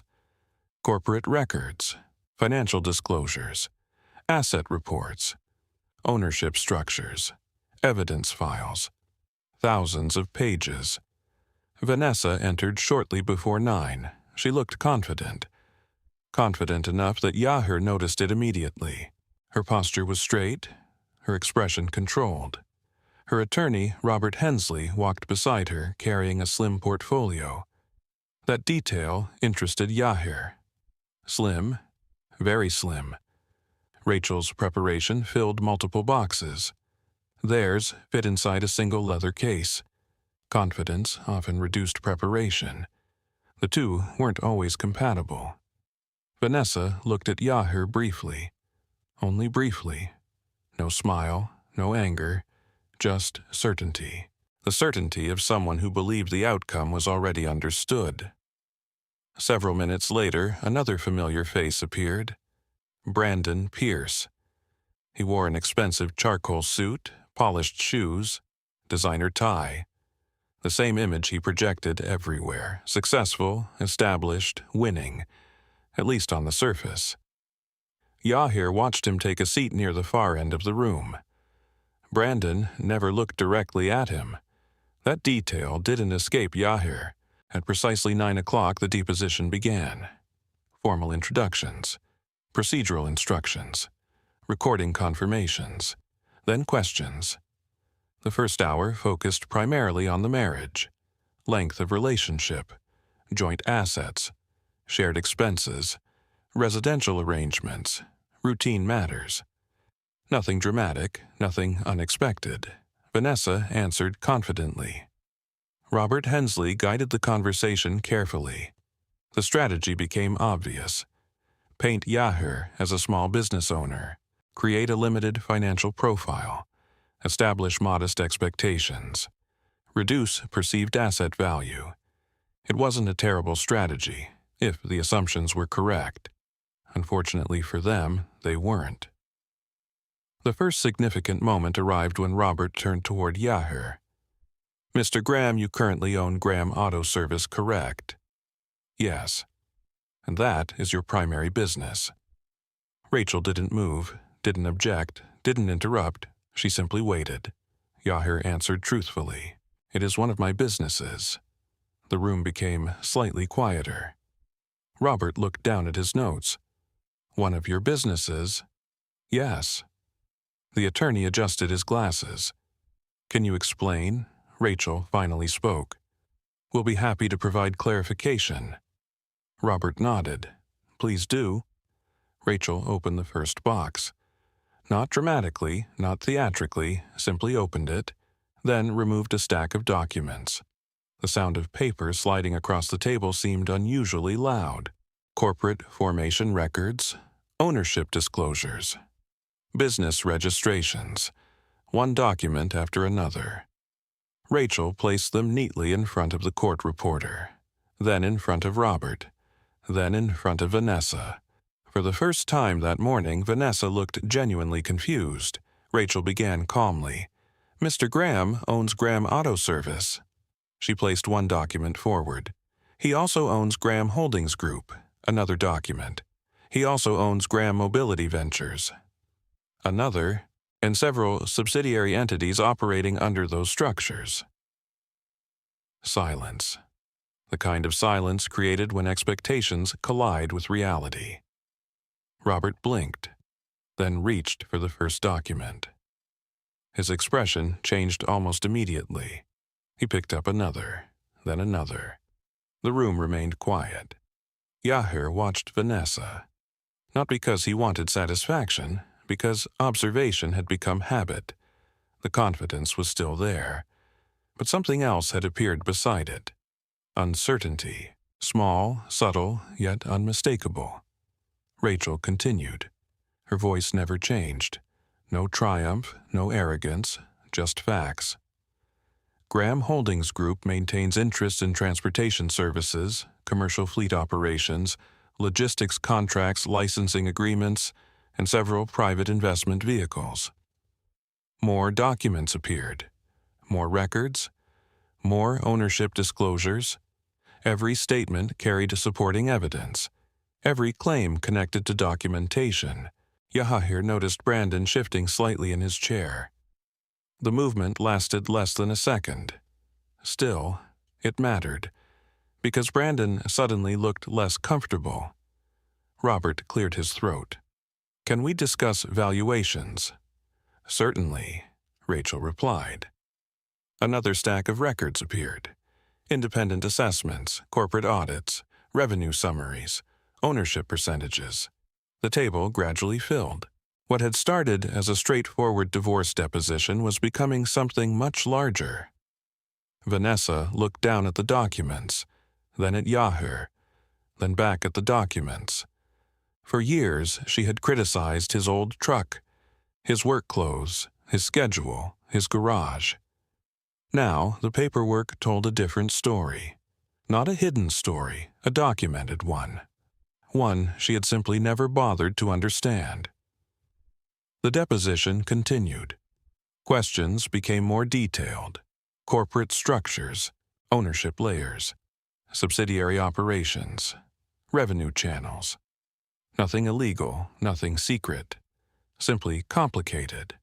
And complexity often confused people who relied on appearances. Around midday, Rachel introduced another set of documents. These focused specifically on transportation assets, fleet operations, rental contracts, vehicle ownership records.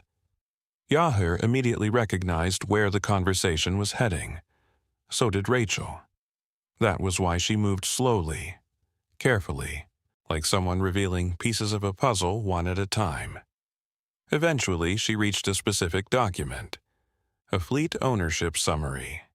The title appeared clearly across the page, Great Lakes Executive Rentals. For the first time all morning, Brandon looked directly at the document. His reaction lasted only a fraction of a second, but Yahir saw it. Surprise, real surprise. Rachel slid copies across the table. One reached Robert, one reached Vanessa, one reached Brandon. The silence returned. Heavier this time. Because unlike the earlier disclosures, this one connected to something personal, something familiar. Something sitting in Brandon's parking space every night. Rachel spoke calmly. Great Lakes Executive Rentals operates under Graham Mobility Ventures. She paused, then added, which is owned by Graham Holdings Group. No one interrupted. No one objected. Because the paperwork spoke clearly enough. Yahir watched Vanessa read the page. Once, then again, then a third time. Her eyes moved through ownership records, corporate signatures, registration filings, operating disclosures. Every document pointed toward the same conclusion. The rental company belonged to Yahir, not Brandon, not some anonymous corporation, Yahir. A slight crease formed between Vanessa's eyes. For the first time since filing for divorce, she appeared genuinely uncertain. Brandon looked worse, much worse, because his expression suggested something different. Recognition. As if a question he had never considered suddenly demanded an answer. Rachel closed the folder. Not because she had finished, because she had accomplished exactly what she intended. Reality had entered the room. The rest would follow naturally. The deposition recessed briefly for lunch. People stood, collected notes, made phone calls, stepped into hallways. Yahir remained seated, calm as ever. Rachel organized documents beside him. Neither spoke for several moments. Then Rachel finally looked up. "Did you see their faces?" Yahir nodded. "Yes." "They didn't know." "No." Rachel smiled slightly. "No, they really didn't know." The statement lingered, because ignorance had fueled every assumption Vanessa and Brandon made. The Mercedes, the lifestyle, the future, the divorce. Everything rested on incomplete information. And now, that information was beginning to collapse. As the lunch recess ended, Rachel opened another file. A much smaller file. One labeled with a single name. Brandon Pierce. She placed it on top of the stack, then looked toward Yahir.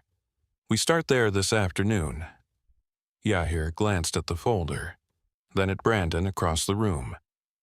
Because if the morning had changed the atmosphere, the afternoon was about to change something far more important. The story of who actually owned that Mercedes was finally about to become public record. The afternoon session began at 1:07 p.m. By then, the atmosphere inside the conference room had changed. The confidence that filled the room that morning had faded. Not disappeared, just weakened. Facts had a way of doing that. People could argue with opinions. They could challenge emotions. Documents were harder. especially when every document connected to another. Rachel Monroe waited until everyone was seated before opening the folder labeled Brandon Pierce. The folder wasn't large. It didn't need to be. The truth rarely required excessive decoration. Across the table, Brandon sat straighter than before. His confidence remained visible, but it looked forced now, like someone consciously maintaining an image. Rachel glanced toward him. "Mr. Pierce, I'd like to discuss the Mercedes-Benz S-Class currently assigned to your account." Brandon nodded. "No problem." The answer came quickly, too quickly. Rachel continued. "How long have you been driving that vehicle?" "A few months." "Do you consider it your primary vehicle?" "Yes." Rachel made a note, then looked up again. "And who owns the vehicle?" Brandon didn't hesitate. "My company." The room became quiet. Yahir didn't move, didn't react, didn't even look at Brandon. He simply listened. Rachel allowed several seconds to pass. Then she reached into the folder. "Interesting." She placed a document on the table. "Because this appears to be the rental agreement."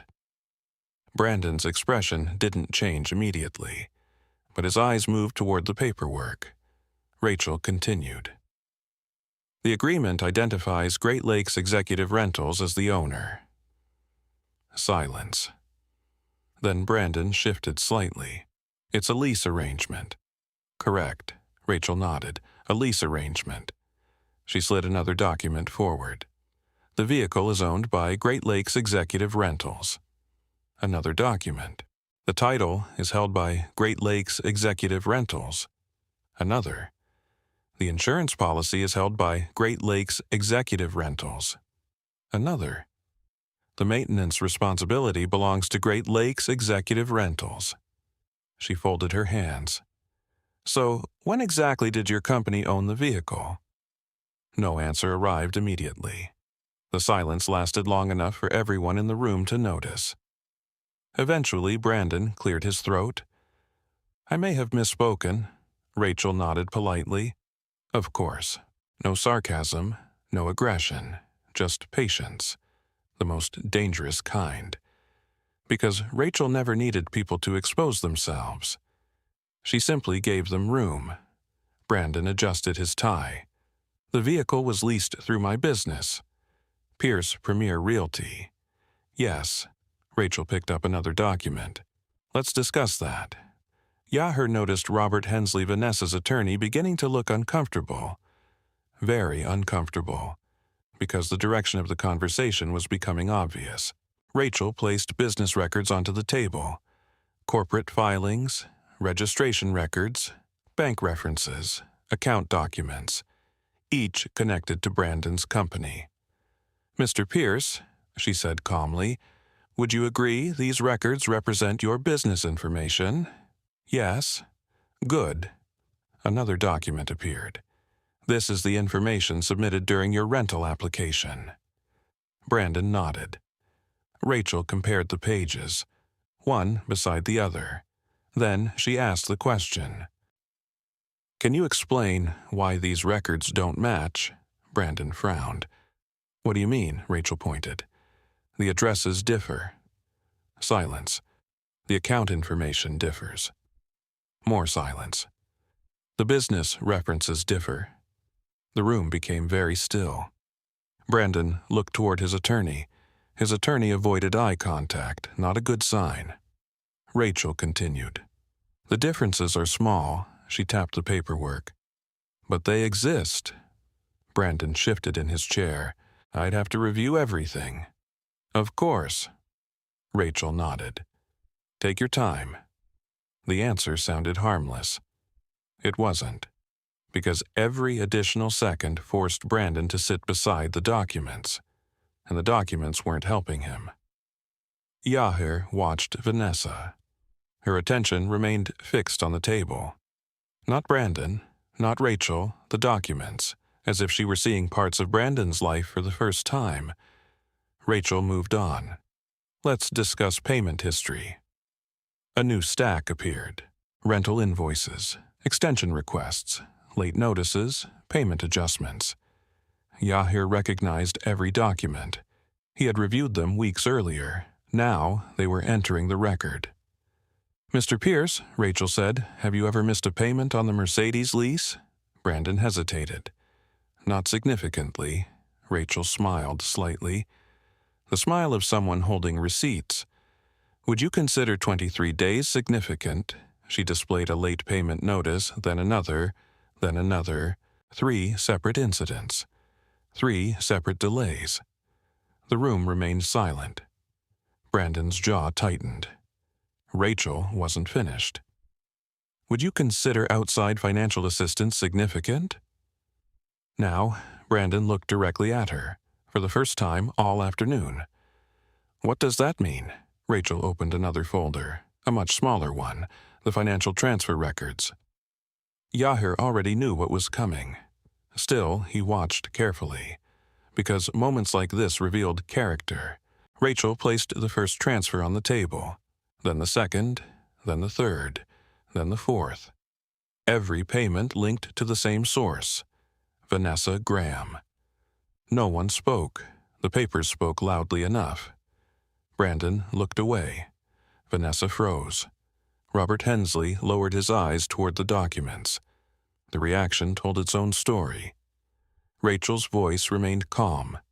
"Can you explain why Mrs. Graham repeatedly transferred money connected to your vehicle obligations?" Brandon swallowed.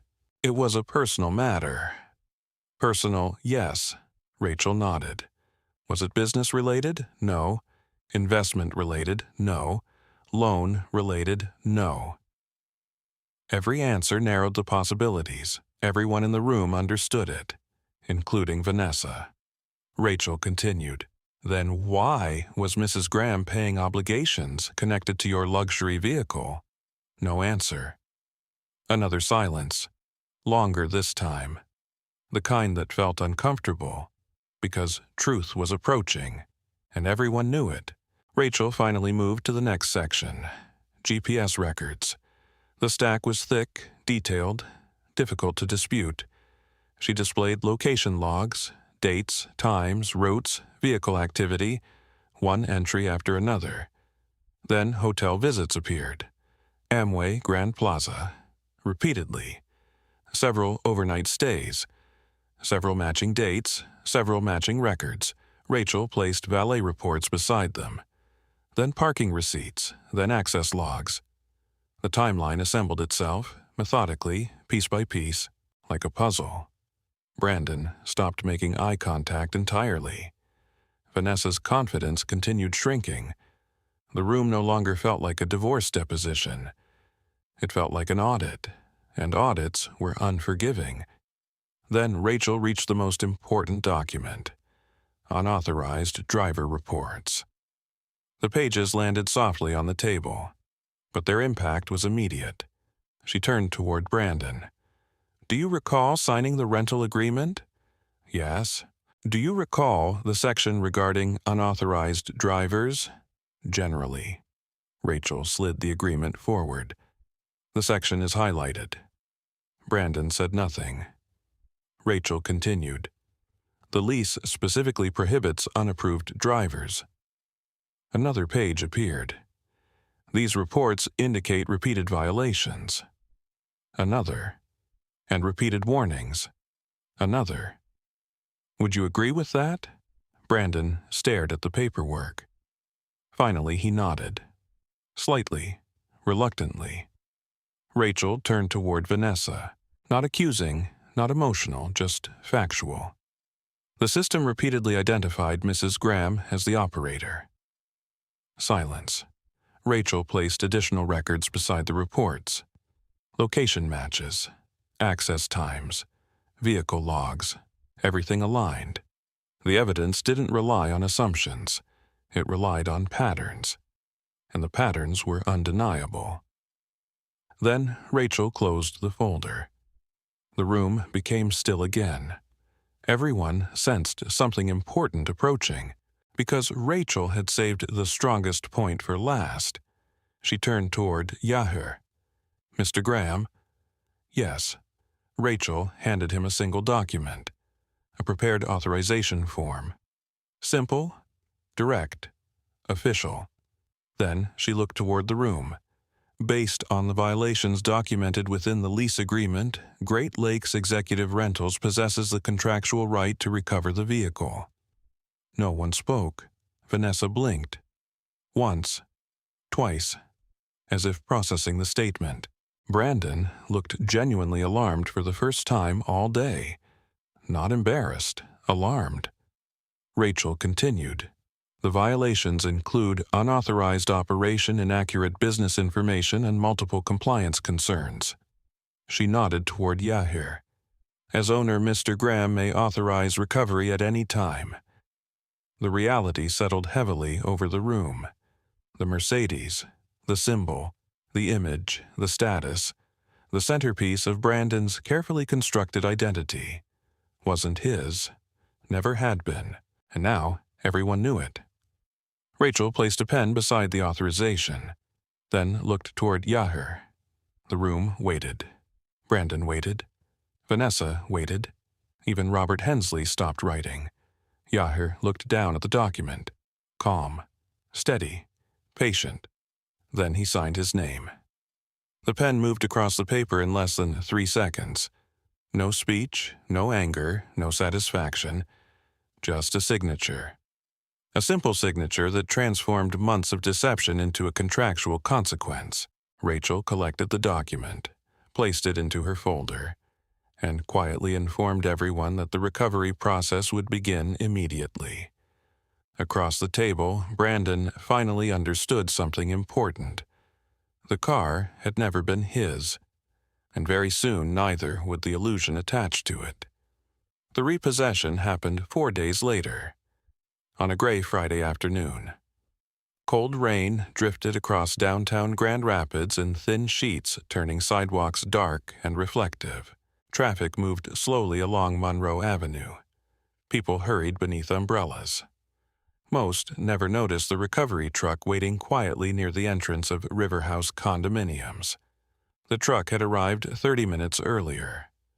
Not secretly, not aggressively, legally, professionally.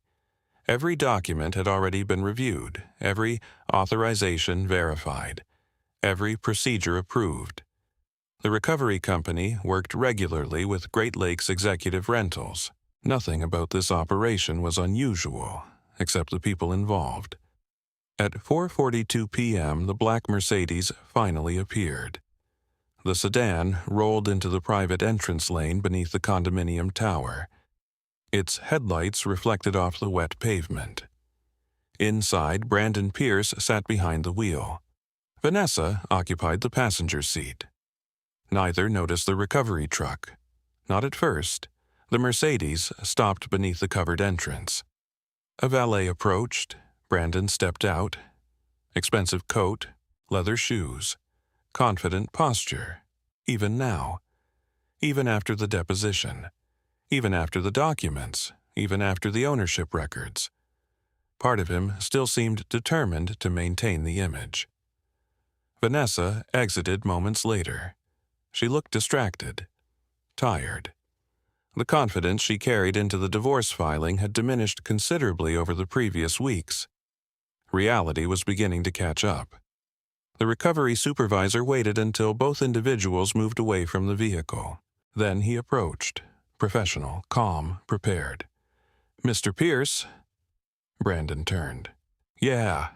The supervisor handed him a folder. Brandon glanced down. The expression on his face changed almost immediately. Not dramatically, just enough. "What is this?" The supervisor remained polite. "Vehicle recovery authorization." Brandon stared at him. Then at the paperwork. Then back at the Mercedes.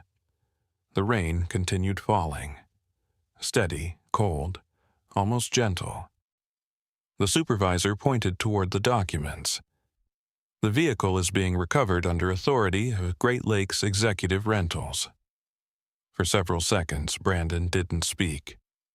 It looked as though his brain needed time to process what his eyes were reading. Then came the first reaction. "This has to be a mistake." The supervisor shook his head. "No, sir." Brandon's voice became sharper. I have a lease. Yes, sir. I have payments. Yes, sir. I have rights. The supervisor nodded. Those rights are addressed within the documents. The calm response only made Brandon more frustrated. Because anger requires resistance. The recovery supervisor wasn't resisting. He was simply following procedure. Vanessa stepped closer. What exactly is happening? The supervisor handed her a second copy. She began reading. Yahir wasn't there. He had intentionally chosen not to attend. There was nothing for him to prove, nothing for him to witness. The documents would handle everything. Still, Rachel had arranged for updates, and several people present knew exactly who ultimately owned the vehicle.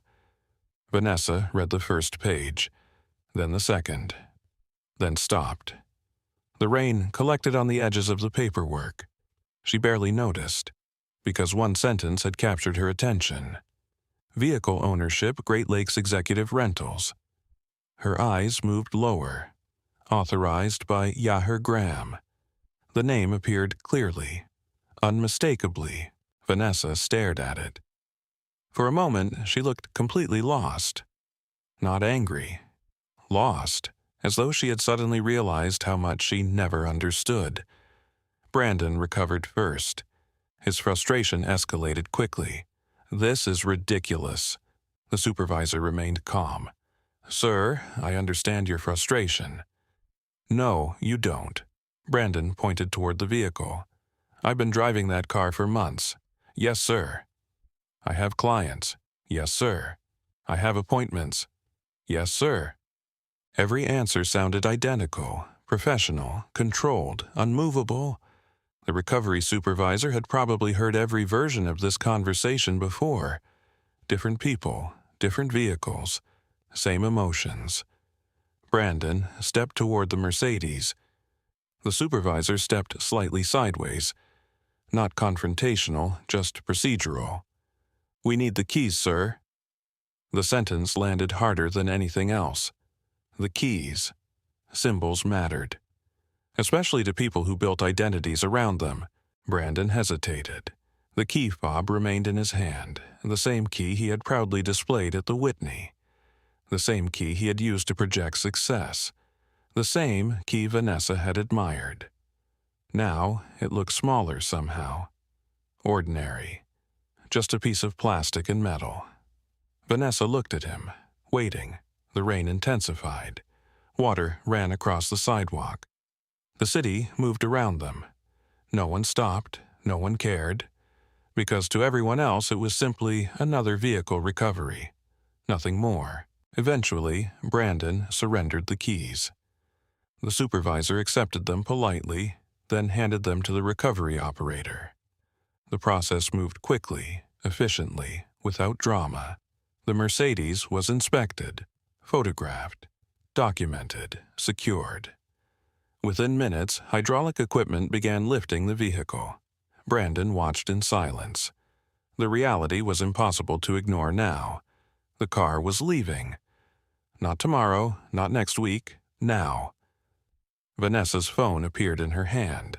She stared at the screen, then selected a contact. Yahir. The call connected, rang, went unanswered. She tried again and again and again. Each call ended the same way. No answer. Not because Yahir was avoiding her, because he was working. At that exact moment, he stood inside a conference room reviewing quarterly transportation reports with senior managers from Graham Mobility Ventures. Business continued. Life continued. The Mercedes wasn't occupying his attention anymore. The facts had already spoken. Back downtown, the vehicle settled onto the recovery truck. Straps tightened, inspections completed, paperwork signed, finished. The entire process lasted less than 25 minutes. Months of illusion ended in less than half an hour. Brandon looked defeated, not broken, just exposed. The difference mattered. People often recover from financial losses. Recovering from public exposure is harder, especially when identity depends on perception. The truck driver climbed into the cab. The engine started. Then the truck pulled away from the curb, slowly, deliberately. The black Mercedes disappeared into rainy Grand Rapids traffic. Gone. Vanessa watched until the taillights vanished. Only then did she lower her phone. The unanswered calls remained visible on the screen. 6 attempts, no response. She looked older somehow, not physically, emotionally, because certainty had abandoned her. The future she imagined with Brandon now looked different. Smaller, less stable, less impressive. Perhaps for the first time she was seeing Brandon without the Mercedes, without the image, without the symbols. Just Brandon. The realization appeared uncomfortable, very uncomfortable. Meanwhile, 40 miles away, Rachel Monroe received a confirmation that the recovery had been completed successfully. She immediately forwarded the report to Yahir. Simple, professional. Recovered without incident, vehicle secured. Compliance process complete. Yahir read the message after finishing his meeting, then placed the phone back into his pocket. No celebration, no satisfaction. Just another completed process. One more issue resolved through proper channels. That evening, however, another report arrived. This one came from Marcus Bell. The subject line immediately caught Yahir's attention. Additional financial findings. Yahir opened the attachment. Several new documents appeared. Bank statements, transfer histories, account summaries, more evidence, much more evidence. As he reviewed the first pages, a pattern emerged.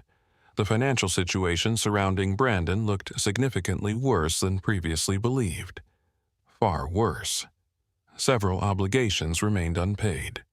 Several balances hovered dangerously low.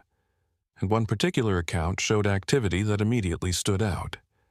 Because the money inside it wasn't disappearing, it was growing. The account name appeared near the top of the page.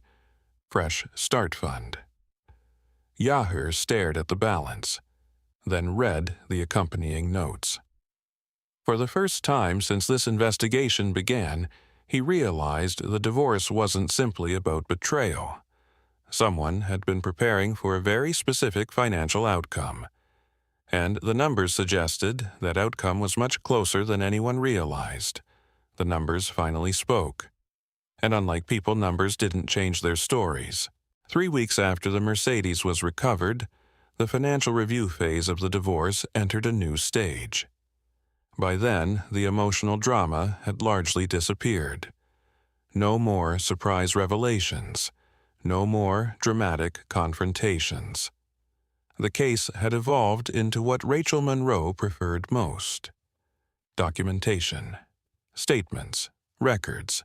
Verified facts. On a cold November morning, Yahir sat inside Rachel's conference room reviewing the latest disclosures. A stack of financial reports occupied nearly half the table. Bank statements, investment summaries, asset valuations, business audits, tax records. Months earlier, Vanessa had believed the divorce would revolve around appearances. Who seemed more successful? Who looked more sympathetic? Who told the better story? Instead, it had become a review of numbers. And numbers were not on her side. Rachel adjusted her glasses while reading through another report. Then she looked up. They found more? Yahir nodded. I assumed they would. Rachel slid a document across the table. Marcus Bell's latest forensic review. The report focused entirely on financial transfers. Not assumptions, not accusations. Transfers. Money leaving one account and appearing somewhere else. Simple. Traceable. Difficult to argue with, Yahir studied the first page. The findings expanded on everything Marcus had already uncovered. The total amount transferred from Vanessa to Brandon exceeded $70,000. The exact number no longer mattered. The pattern did. Repeated transfers. Repeated support.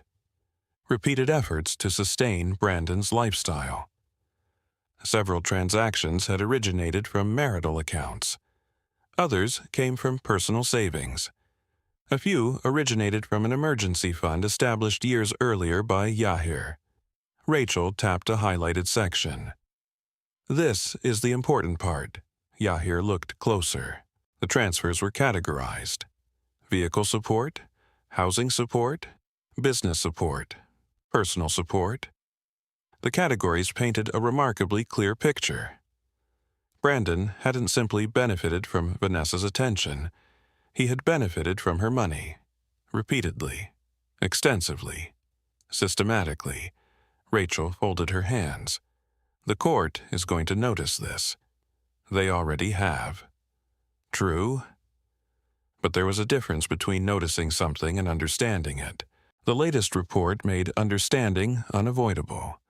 Across multiple pages, Marcus had reconstructed the entire financial relationship.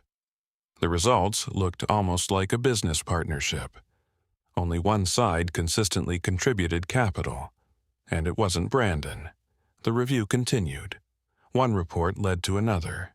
One account led to another. Eventually, they reached the Fresh Start Fund, the account that first appeared months earlier, the account connected to Brandon and Vanessa, the account that originally raised Yahir's suspicions. Now they possessed complete records. Rachel opened the file. The balance history appeared immediately. Deposit after deposit, transfer after transfer, every movement documented, every transaction dated.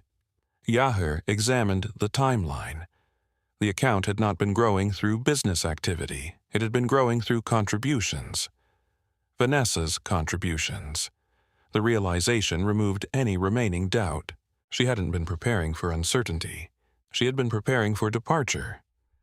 The plan stretched back nearly a year, perhaps longer. Rachel leaned back. There's no ambiguity anymore. No. That's good. Yahir understood what she meant. Clarity mattered, especially in court. Emotional disputes often produced conflicting stories. Financial records rarely did. Around noon, they joined a settlement review conference with opposing counsel. The atmosphere felt noticeably different from earlier meetings. Robert Hensley no longer projected the confidence he carried during the initial filing. The reason was obvious. His client's assumptions had collapsed. The asset disclosures alone had changed everything. Now, the financial records were doing even more damage.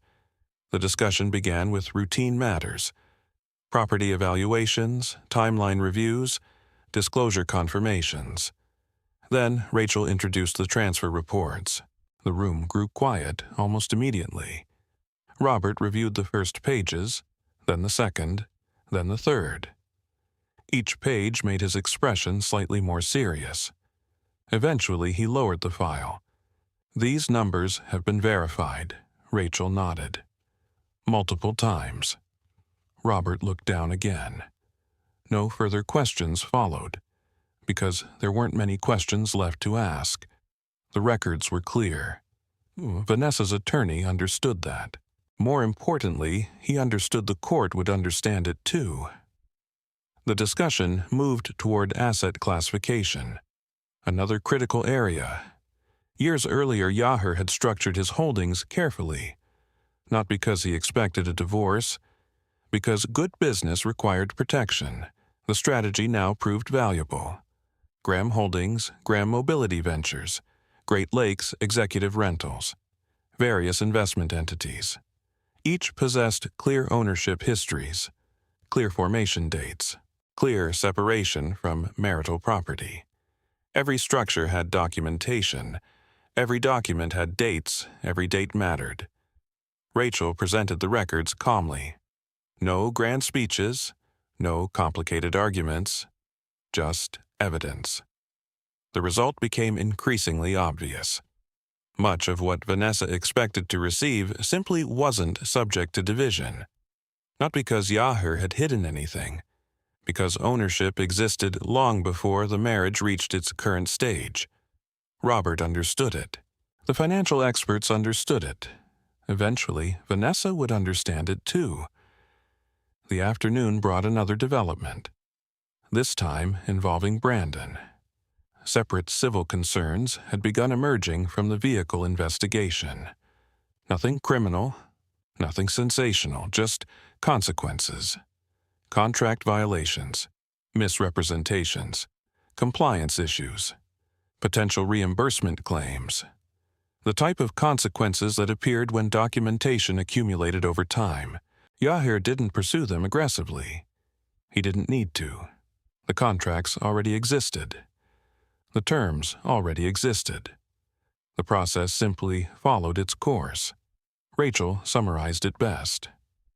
The system is doing what it's supposed to do, Yahir agreed. That was exactly what was happening. No revenge, no personal attacks, no emotional retaliation, just systems functioning properly. Late that afternoon, another conference call ended. The room became quiet again. Rachel closed several folders, then looked toward Yahir. They're starting to understand. Who?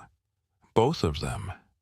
Yahir knew she was right, because reality had become difficult to avoid. The Mercedes was gone. The ownership structures were documented. The financial transfers were documented. The assumptions were collapsing, piece by piece. Rachel stood and walked toward the window. Snow flurries drifted lightly outside. Winter was arriving. The interesting thing, she said, is that none of this happened suddenly. Yahir waited. They built their expectations gradually. She turned back toward him. And expectations are hard to abandon. That observation stayed with him, because she was describing more than legal strategy. She was describing Vanessa. Months earlier, she had imagined a future, a different life, a different partner, a different level of success. Every decision since then had reinforced that vision. Now, reality was forcing revisions, painful revisions. The following week brought formal recommendations from financial reviewers. The conclusions aligned almost perfectly with Rachel's expectations. Marital assets would be divided. Certain accounts would be adjusted. Specific transfers would be considered. But the larger empire Vanessa imagined accessing didn't belong to the marital estate. The distinction mattered enormously. By Friday afternoon, settlement discussions were no longer hypothetical. They were becoming necessary. Robert Hensley requested preliminary negotiations. The request itself revealed how much had changed. Earlier in the case, Vanessa pursued aggressive claims. Now her attorney wanted conversations. Conversations usually appeared when confidence disappeared. Rachel reviewed the request, then smiled slightly. They want to talk. Yahir looked up from his paperwork. About settlement. Yes? He wasn't surprised. Not anymore. The facts had been moving in this direction for weeks. The financial reality was becoming impossible to ignore. The next stage was obvious.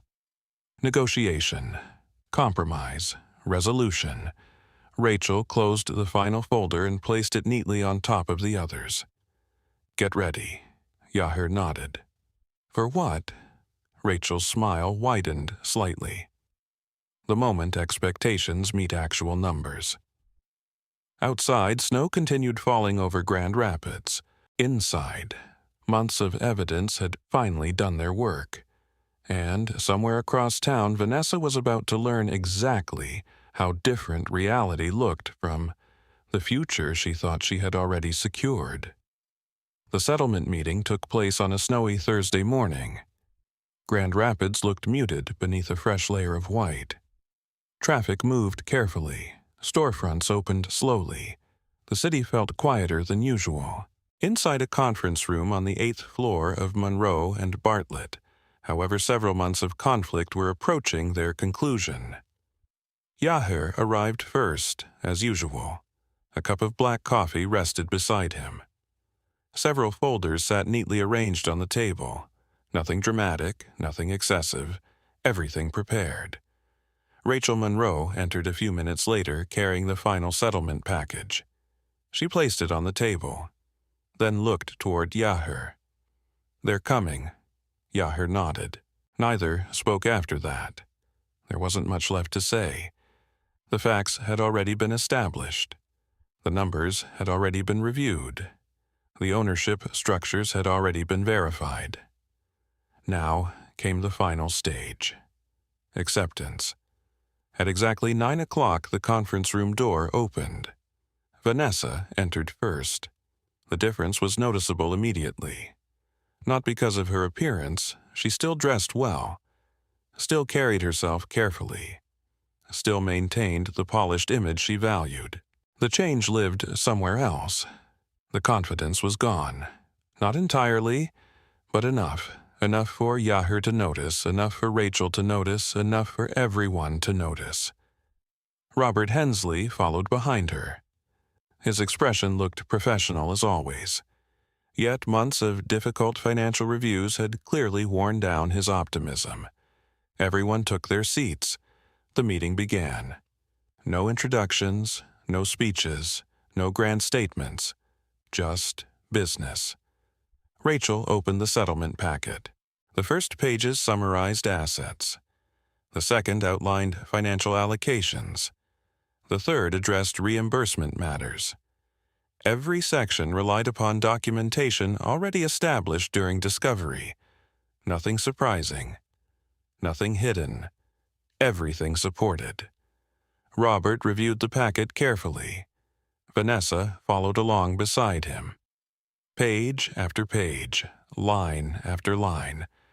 The silence grew heavier with each passing minute, because expectations continued colliding with reality. Eventually, Robert lowered the packet. His voice remained professional. "We've reviewed the proposal." Rachel nodded. "Good." A pause followed. Then Robert asked the question everyone expected. "Is there flexibility?" Rachel folded her hands. "A little." The answer was honest. There was some room, not much, but some. That was how serious negotiations worked. Neither side expected perfection. They expected practicality. The discussion continued. Several provisions were adjusted. A timeline changed. Certain property allocations shifted slightly. Minor revisions, nothing major, nothing affecting the larger outcome. Throughout the entire conversation, Yahir barely spoke. Not because he wasn't paying attention, because Rachel handled the legal strategy perfectly. There was no need for him to dominate the room. Facts already occupied enough space. Around 10:30, something unexpected happened. Vanessa spoke directly to him, not through attorneys, not through paperwork, directly. "Yahir." He looked up. Her voice sounded different, softer, less certain, less rehearsed. "Can we talk for a minute?" Rachel glanced toward Yahir. The choice was his. He nodded once. The attorneys stepped outside. The conference room door closed. For the first time in months, Yahir and Vanessa sat alone together. Silence lingered. Several seconds passed before Vanessa finally spoke. "I didn't think it would happen like this." Yahir waited. The statement wasn't a question. It didn't require a response. Vanessa looked down at the table, then continued. "I thought I understood everything." There it was. The truth. Not the legal truth, the personal truth. She believed she understood her life, her marriage, her future, the people around her. And now she realized she hadn't. Yahir remained quiet. Not because he wanted to punish her, because silence often allowed people to finish their thoughts. Eventually she did. "I never knew." "Knew what?" "The companies, the holdings, the fleet, the investments." Her eyes moved toward him. "You never told me." The statement hung between them. Yahir considered it carefully, then answered honestly. "You never asked." Vanessa looked away. The answer hurt. Not because it was cruel, because it was true. For years, she had judged his truck, his clothes, his schedule, his garage. She never investigated beyond what she could see. Never looked beneath the surface. never asked questions she wasn't already convinced she knew the answers to. Several moments passed. Then Vanessa said something else. Something Yahir had expected eventually. "Do you think we could have fixed this?" The question sounded genuine. Not strategic, not manipulative, just genuine. Yahir thought about it. The affair, the lies, the money, the planning, the transfers, the future she built with someone else. Then he answered, "I don't know." Because that was the truth. Not yes, not no, just uncertainty. Some things couldn't be measured. Some questions arrived too late. Vanessa nodded slowly, as though she already knew the answer. The silence returned. This time it felt final, not hostile, just finished. Eventually, the attorneys returned. The settlement discussion resumed. The remaining issues moved quickly. Most had already been decided by the evidence. By noon, only signatures remained. Rachel presented the final version. Neatly organized, clearly written, every number verified, every provision supported. Vanessa reviewed it carefully. Very carefully. This time, there were no arguments. No objections. No surprise demands. Just reality. The settlement granted her a fair portion of marital assets. Appropriate accounts. Appropriate distributions. Appropriate considerations. But far less than she once imagined. The massive fortune she believed existed inside the marriage remained largely untouched, because it had never been part of the marital estate. The documentation established that clearly. The law followed the documentation. Simple, predictable, unemotional, exactly as Rachel had promised. Vanessa reached the final page, the signature page. Her hand paused briefly. Not long, just a moment. Long enough to acknowledge what the signature represented. Then she signed, one signature, months of conflict reduced to ink on paper. Robert signed next. Rachel followed. The documents became official. The hardest part was over. Afterward, people gathered their materials. Folders closed, pens disappeared, chairs moved. The room gradually emptied. Vanessa remained seated for several seconds longer. Her eyes settled on Yahir one final time. No anger, no accusations, no bitterness, only a quiet understanding. Perhaps for the first time in years. Then she stood, picked up her coat, and walked toward the door. The moment felt strangely ordinary. No dramatic ending, no emotional scene. Just a woman leaving a chapter of her life behind. The door closed softly. Rachel released a slow breath. "Well?" Yahir smiled faintly. "Well?" Rachel gathered the final paperwork. "How do you feel?"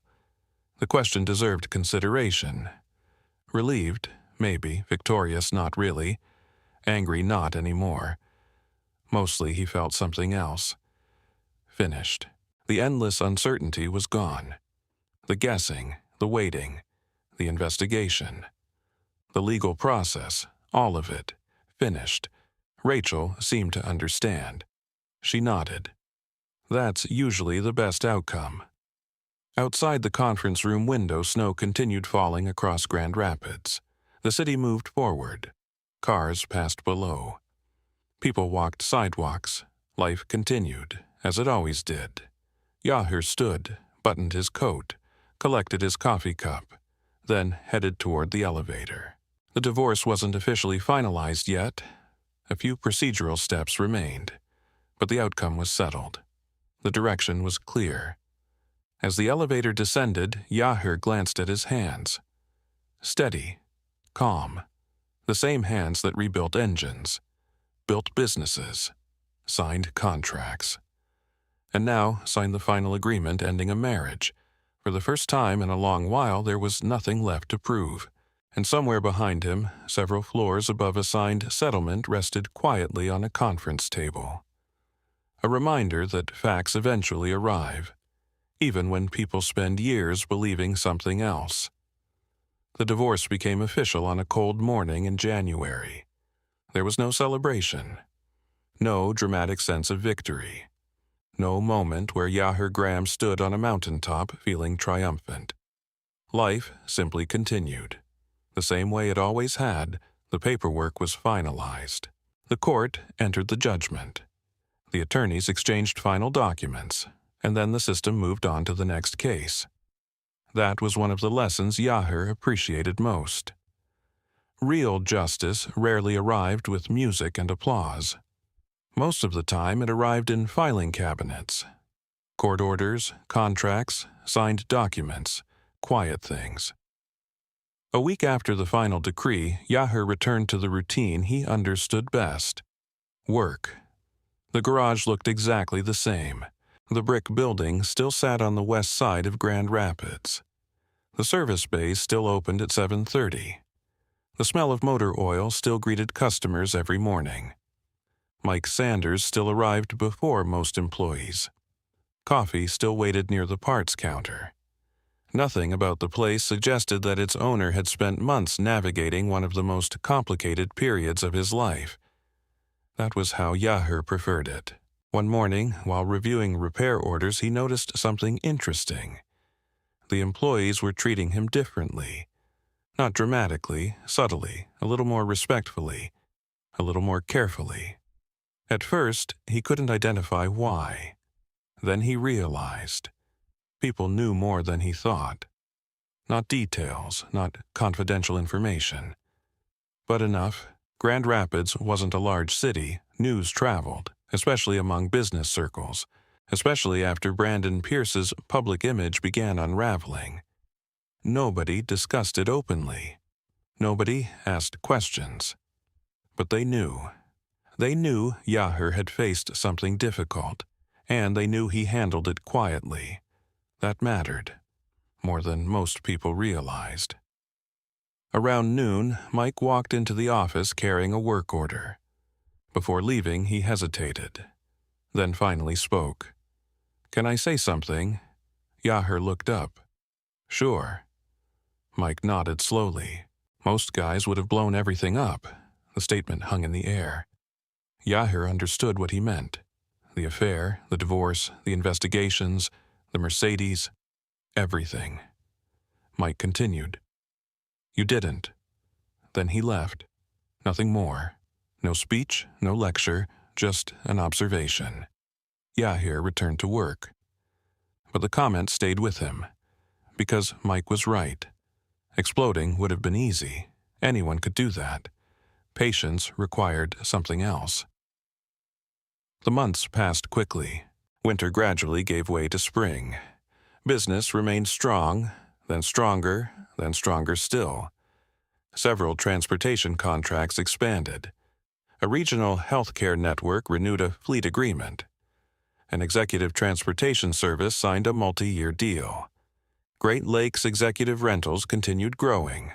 Quietly, methodically, exactly the way Yahir liked it. One afternoon, Derek Lawson stopped by the garage. The two men sat inside the office reviewing quarterly reports. Revenue looked excellent. Fleet utilization remained high. Corporate accounts continued expanding. Derek smiled while turning pages. "Not bad. Not bad," Derek laughed. "You know, most people would call this exceptional." Yahir shrugged. "Most people exaggerate." "That's true." Derek pointed toward one section of the report. "We're adding 12 more vehicles next quarter." Yahir nodded. The expansion made sense. Demand supported it. The business could absorb it comfortably. The conversation shifted toward acquisitions, then staffing, then future opportunities. Hours passed. Eventually, Derek closed the folder. "One more thing." Yahir waited. Derek smiled. "The Mercedes." Yahir raised an eyebrow. "What about it?" "It's ready." That made him laugh. The black Mercedes had spent weeks undergoing inspections, servicing compliance reviews, and reconditioning after recovery. Now it was back in perfect condition. Ready for another client. Ready for another contract. Ready for another life. The irony wasn't lost on either man. Later that afternoon, Yahir visited the Great Lakes Executive Rentals facility. Rows of vehicles sat beneath bright showroom lights, luxury SUVs, executive sedans, premium transportation units, clean, organized, professional. Near the center of the floor sat the Mercedes, polished, detailed, perfect. No evidence remained of Brandon Pierce. No evidence remained of the arguments, the lies, the affair, the recovery, nothing. The vehicle had simply returned to inventory, a business asset once again. Yahir walked around it slowly, then stopped. For a brief moment he remembered the rainy night outside his bedroom window. Vanessa laughing. The door opening, the illusion, the assumptions. Everything that followed. Months of investigation, months of legal proceedings, months of documentation. And now the car sat quietly under showroom lights waiting for a new customer. The simplicity of that fact felt strangely satisfying. Not because Brandon lost it, because reality had reclaimed it. A few weeks later, another piece of information reached him. Not through investigators, not through attorneys, just ordinary business conversation. Brandon Pierce had largely disappeared from local luxury circles. The invitations slowed. The appearances became less frequent. The social media posts became less extravagant. Some people quietly stopped returning his calls. Others moved on. Yahir didn't celebrate the news. He barely reacted. Consequences belonged to the people who created them, not to him. Vanessa's situation appeared different. She had moved into a smaller apartment near the northern edge of the city. Nothing wrong with the apartment. Nothing shameful, just ordinary. Very ordinary. The type of place she once mocked. That irony wasn't lost on Yahir either. Still, he felt no desire to punish her. No desire to watch her struggle. That chapter had ended. Holding on to resentment would only keep it alive. Spring eventually arrived in full. The city changed colors again. Trees returned, parks filled. People spent more time outside. One Friday evening, Yahir finished work later than usual. The garage had finally emptied. The service bays were quiet. Most employees had gone home. The building settled into familiar silence. Before leaving, he stopped by the transportation facility one final time. The Mercedes was gone. Leased again, a new client, a new contract, a new beginning, exactly as it should be. Derek noticed him looking at the empty space. Picked up this morning. Yahir nodded. Good. Funny, isn't it? What is? Derek smiled. All that drama. He pointed toward the empty space. And now it's just another vehicle. Yahir looked across the fleet. Rows of cars, rows of contracts, rows of opportunities, business, nothing more. He smiled slightly. That's what it always was, Derek laughed. Because that simple statement captured everything. For Brandon, the Mercedes represented status. For Vanessa, it represented success. For Yahir, it had always been inventory. Just another asset. Just another line item. Just another tool. The difference in perspective explained nearly the entire story. As the evening sun faded across Grand Rapids, Yahir locked the facility and headed home. The road ahead felt clearer now. Not because life was perfect, because life was finally uncomplicated again. And after everything that happened that felt like more than enough. Summer arrived quietly in western Michigan. The legal documents were finished, the investigations were finished, the explanations were finished. For the first time in nearly 2 years, Yahir Graham's life no longer revolved around solving a problem. That realization felt unfamiliar. Not uncomfortable, just unfamiliar. One Saturday morning in June, he left home before sunrise. The roads were nearly empty. Streetlights still glowed above the quiet neighborhoods of Grand Rapids. His old Ford F-150 moved steadily through the darkness. The truck remained exactly where it had always been.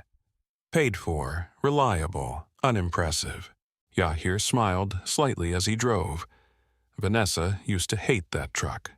She once called it embarrassing, a symbol of small ambitions, a symbol of someone unwilling to grow. Yet the truck remained. The marriage didn't. That irony no longer hurt. Now it simply existed. The eastern horizon slowly brightened. Orange and gold colors spread across the sky. Yahir headed west toward Lake Michigan. He had made the drive many times over the years. Whenever life became noisy, the lake helped restore perspective. The shoreline didn't care about business titles, or divorce settlements, or luxury cars. The water simply existed, steady, patient, ancient. By 7 o'clock, he parked near a quiet stretch of beach north of Holland. The morning air felt cool. Waves rolled steadily against the shore. A few joggers moved along the sand. Several fishermen stood near the water. Otherwise, the beach remained almost empty. Yahir walked slowly toward the shoreline, hands in his pockets, no phone, no meetings, no schedules, just silence. The lake stretched endlessly toward the horizon. For a while, he simply watched and thought. Not about Vanessa, not about Brandon, not even about the divorce. He thought about time, the strange way people spend years building something, then spend months watching it change: marriage, business, friendships, companies. Everything worked that way. Nothing remained fixed forever. The lesson wasn't new, but it felt clearer now. A seagull landed several yards away. The bird watched the water, uninterested in everything else. Yahir laughed softly. Simple creatures often seemed wiser than people. They didn't chase status. They didn't compare themselves to others. They simply lived. The thought stayed with him, because so much of what happened could be traced back to comparison. Vanessa compared him to other men. Brandon compared himself to wealthier people. Both spent years chasing images that eventually collapsed. Yahir never cared much about images. That difference had protected him. Around mid-morning, he returned to the truck. Before leaving, he glanced back at the lake one final time. The water looked exactly the same, unmoved by human drama. There was something comforting about that. The drive back to Grand Rapids felt peaceful. No phone calls interrupted him. No legal emergencies appeared. No investigators needed updates. Life had finally become ordinary again. And ordinary felt surprisingly valuable. The following months continued much the same way. Business remained strong. The fleet expanded. New contracts arrived. Several younger managers stepped into larger leadership roles. The companies no longer required Yahir's constant attention. That was intentional. Years earlier, he built systems. Good systems created freedom. Now, he was finally enjoying some of that freedom. One afternoon, Rachel Monroe stopped by the garage. Not as an attorney, as a friend. The two sat outside near the service bays drinking coffee. Summer heat drifted across the parking lot. Employees worked nearby. Customers came and went. Life moved forward. Rachel looked around. "You seem happier." Yahir considered the observation. Maybe, not happier exactly, lighter. The difference mattered. Happiness came and went. Peace lasted longer. Rachel seemed to understand. "You know what surprised me most?" "What?" "The fact you never tried to destroy either of them." Yahir looked across the parking lot. A young mechanic was helping an elderly customer load groceries into her car. The simple act held his attention for a moment. Then he answered. "There wasn't any point." Rachel laughed. Most people would have disagreed. Many would have wanted revenge, public humiliation, punishment, some kind of dramatic ending. Yahir never wanted any of that. The truth had already done enough. Facts exposed the affair. Facts exposed the money. Facts exposed the lies. Everything else happened naturally afterward. Rachel eventually stood to leave. Before walking away, she paused. Most people underestimate patience, Yahir nodded. They do. Then she smiled. You should keep it that way. The comment stayed with him, because patience had been the entire story, not wealth, not business, not contracts. Patience. Patience long enough to gather facts. Patience long enough to avoid mistakes. Patience long enough to let reality reveal itself. Months later, on a quiet autumn evening, Yahir found himself standing inside Graham Auto Service after everyone else had gone home. The garage was silent. Tools rested where they belonged. Service bays sat empty. The day was finished. Outside, darkness settled across Grand Rapids. Inside, only a few overhead lights remained on. Yahir walked slowly through the building. The same building Vanessa once viewed as evidence of limitation. The same building many people underestimated. The same building that quietly launched everything else. He stopped near the center service bay, looked around, and smiled.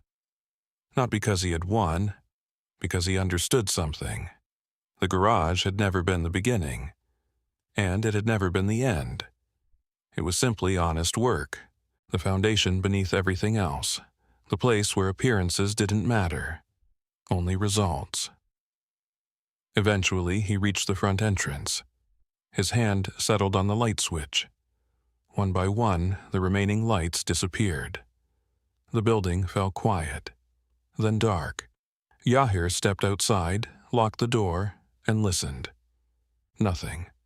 No lawyers, no court dates, no investigations, no explanations, just the distant sound of traffic moving through the city. Life continuing, exactly as it should.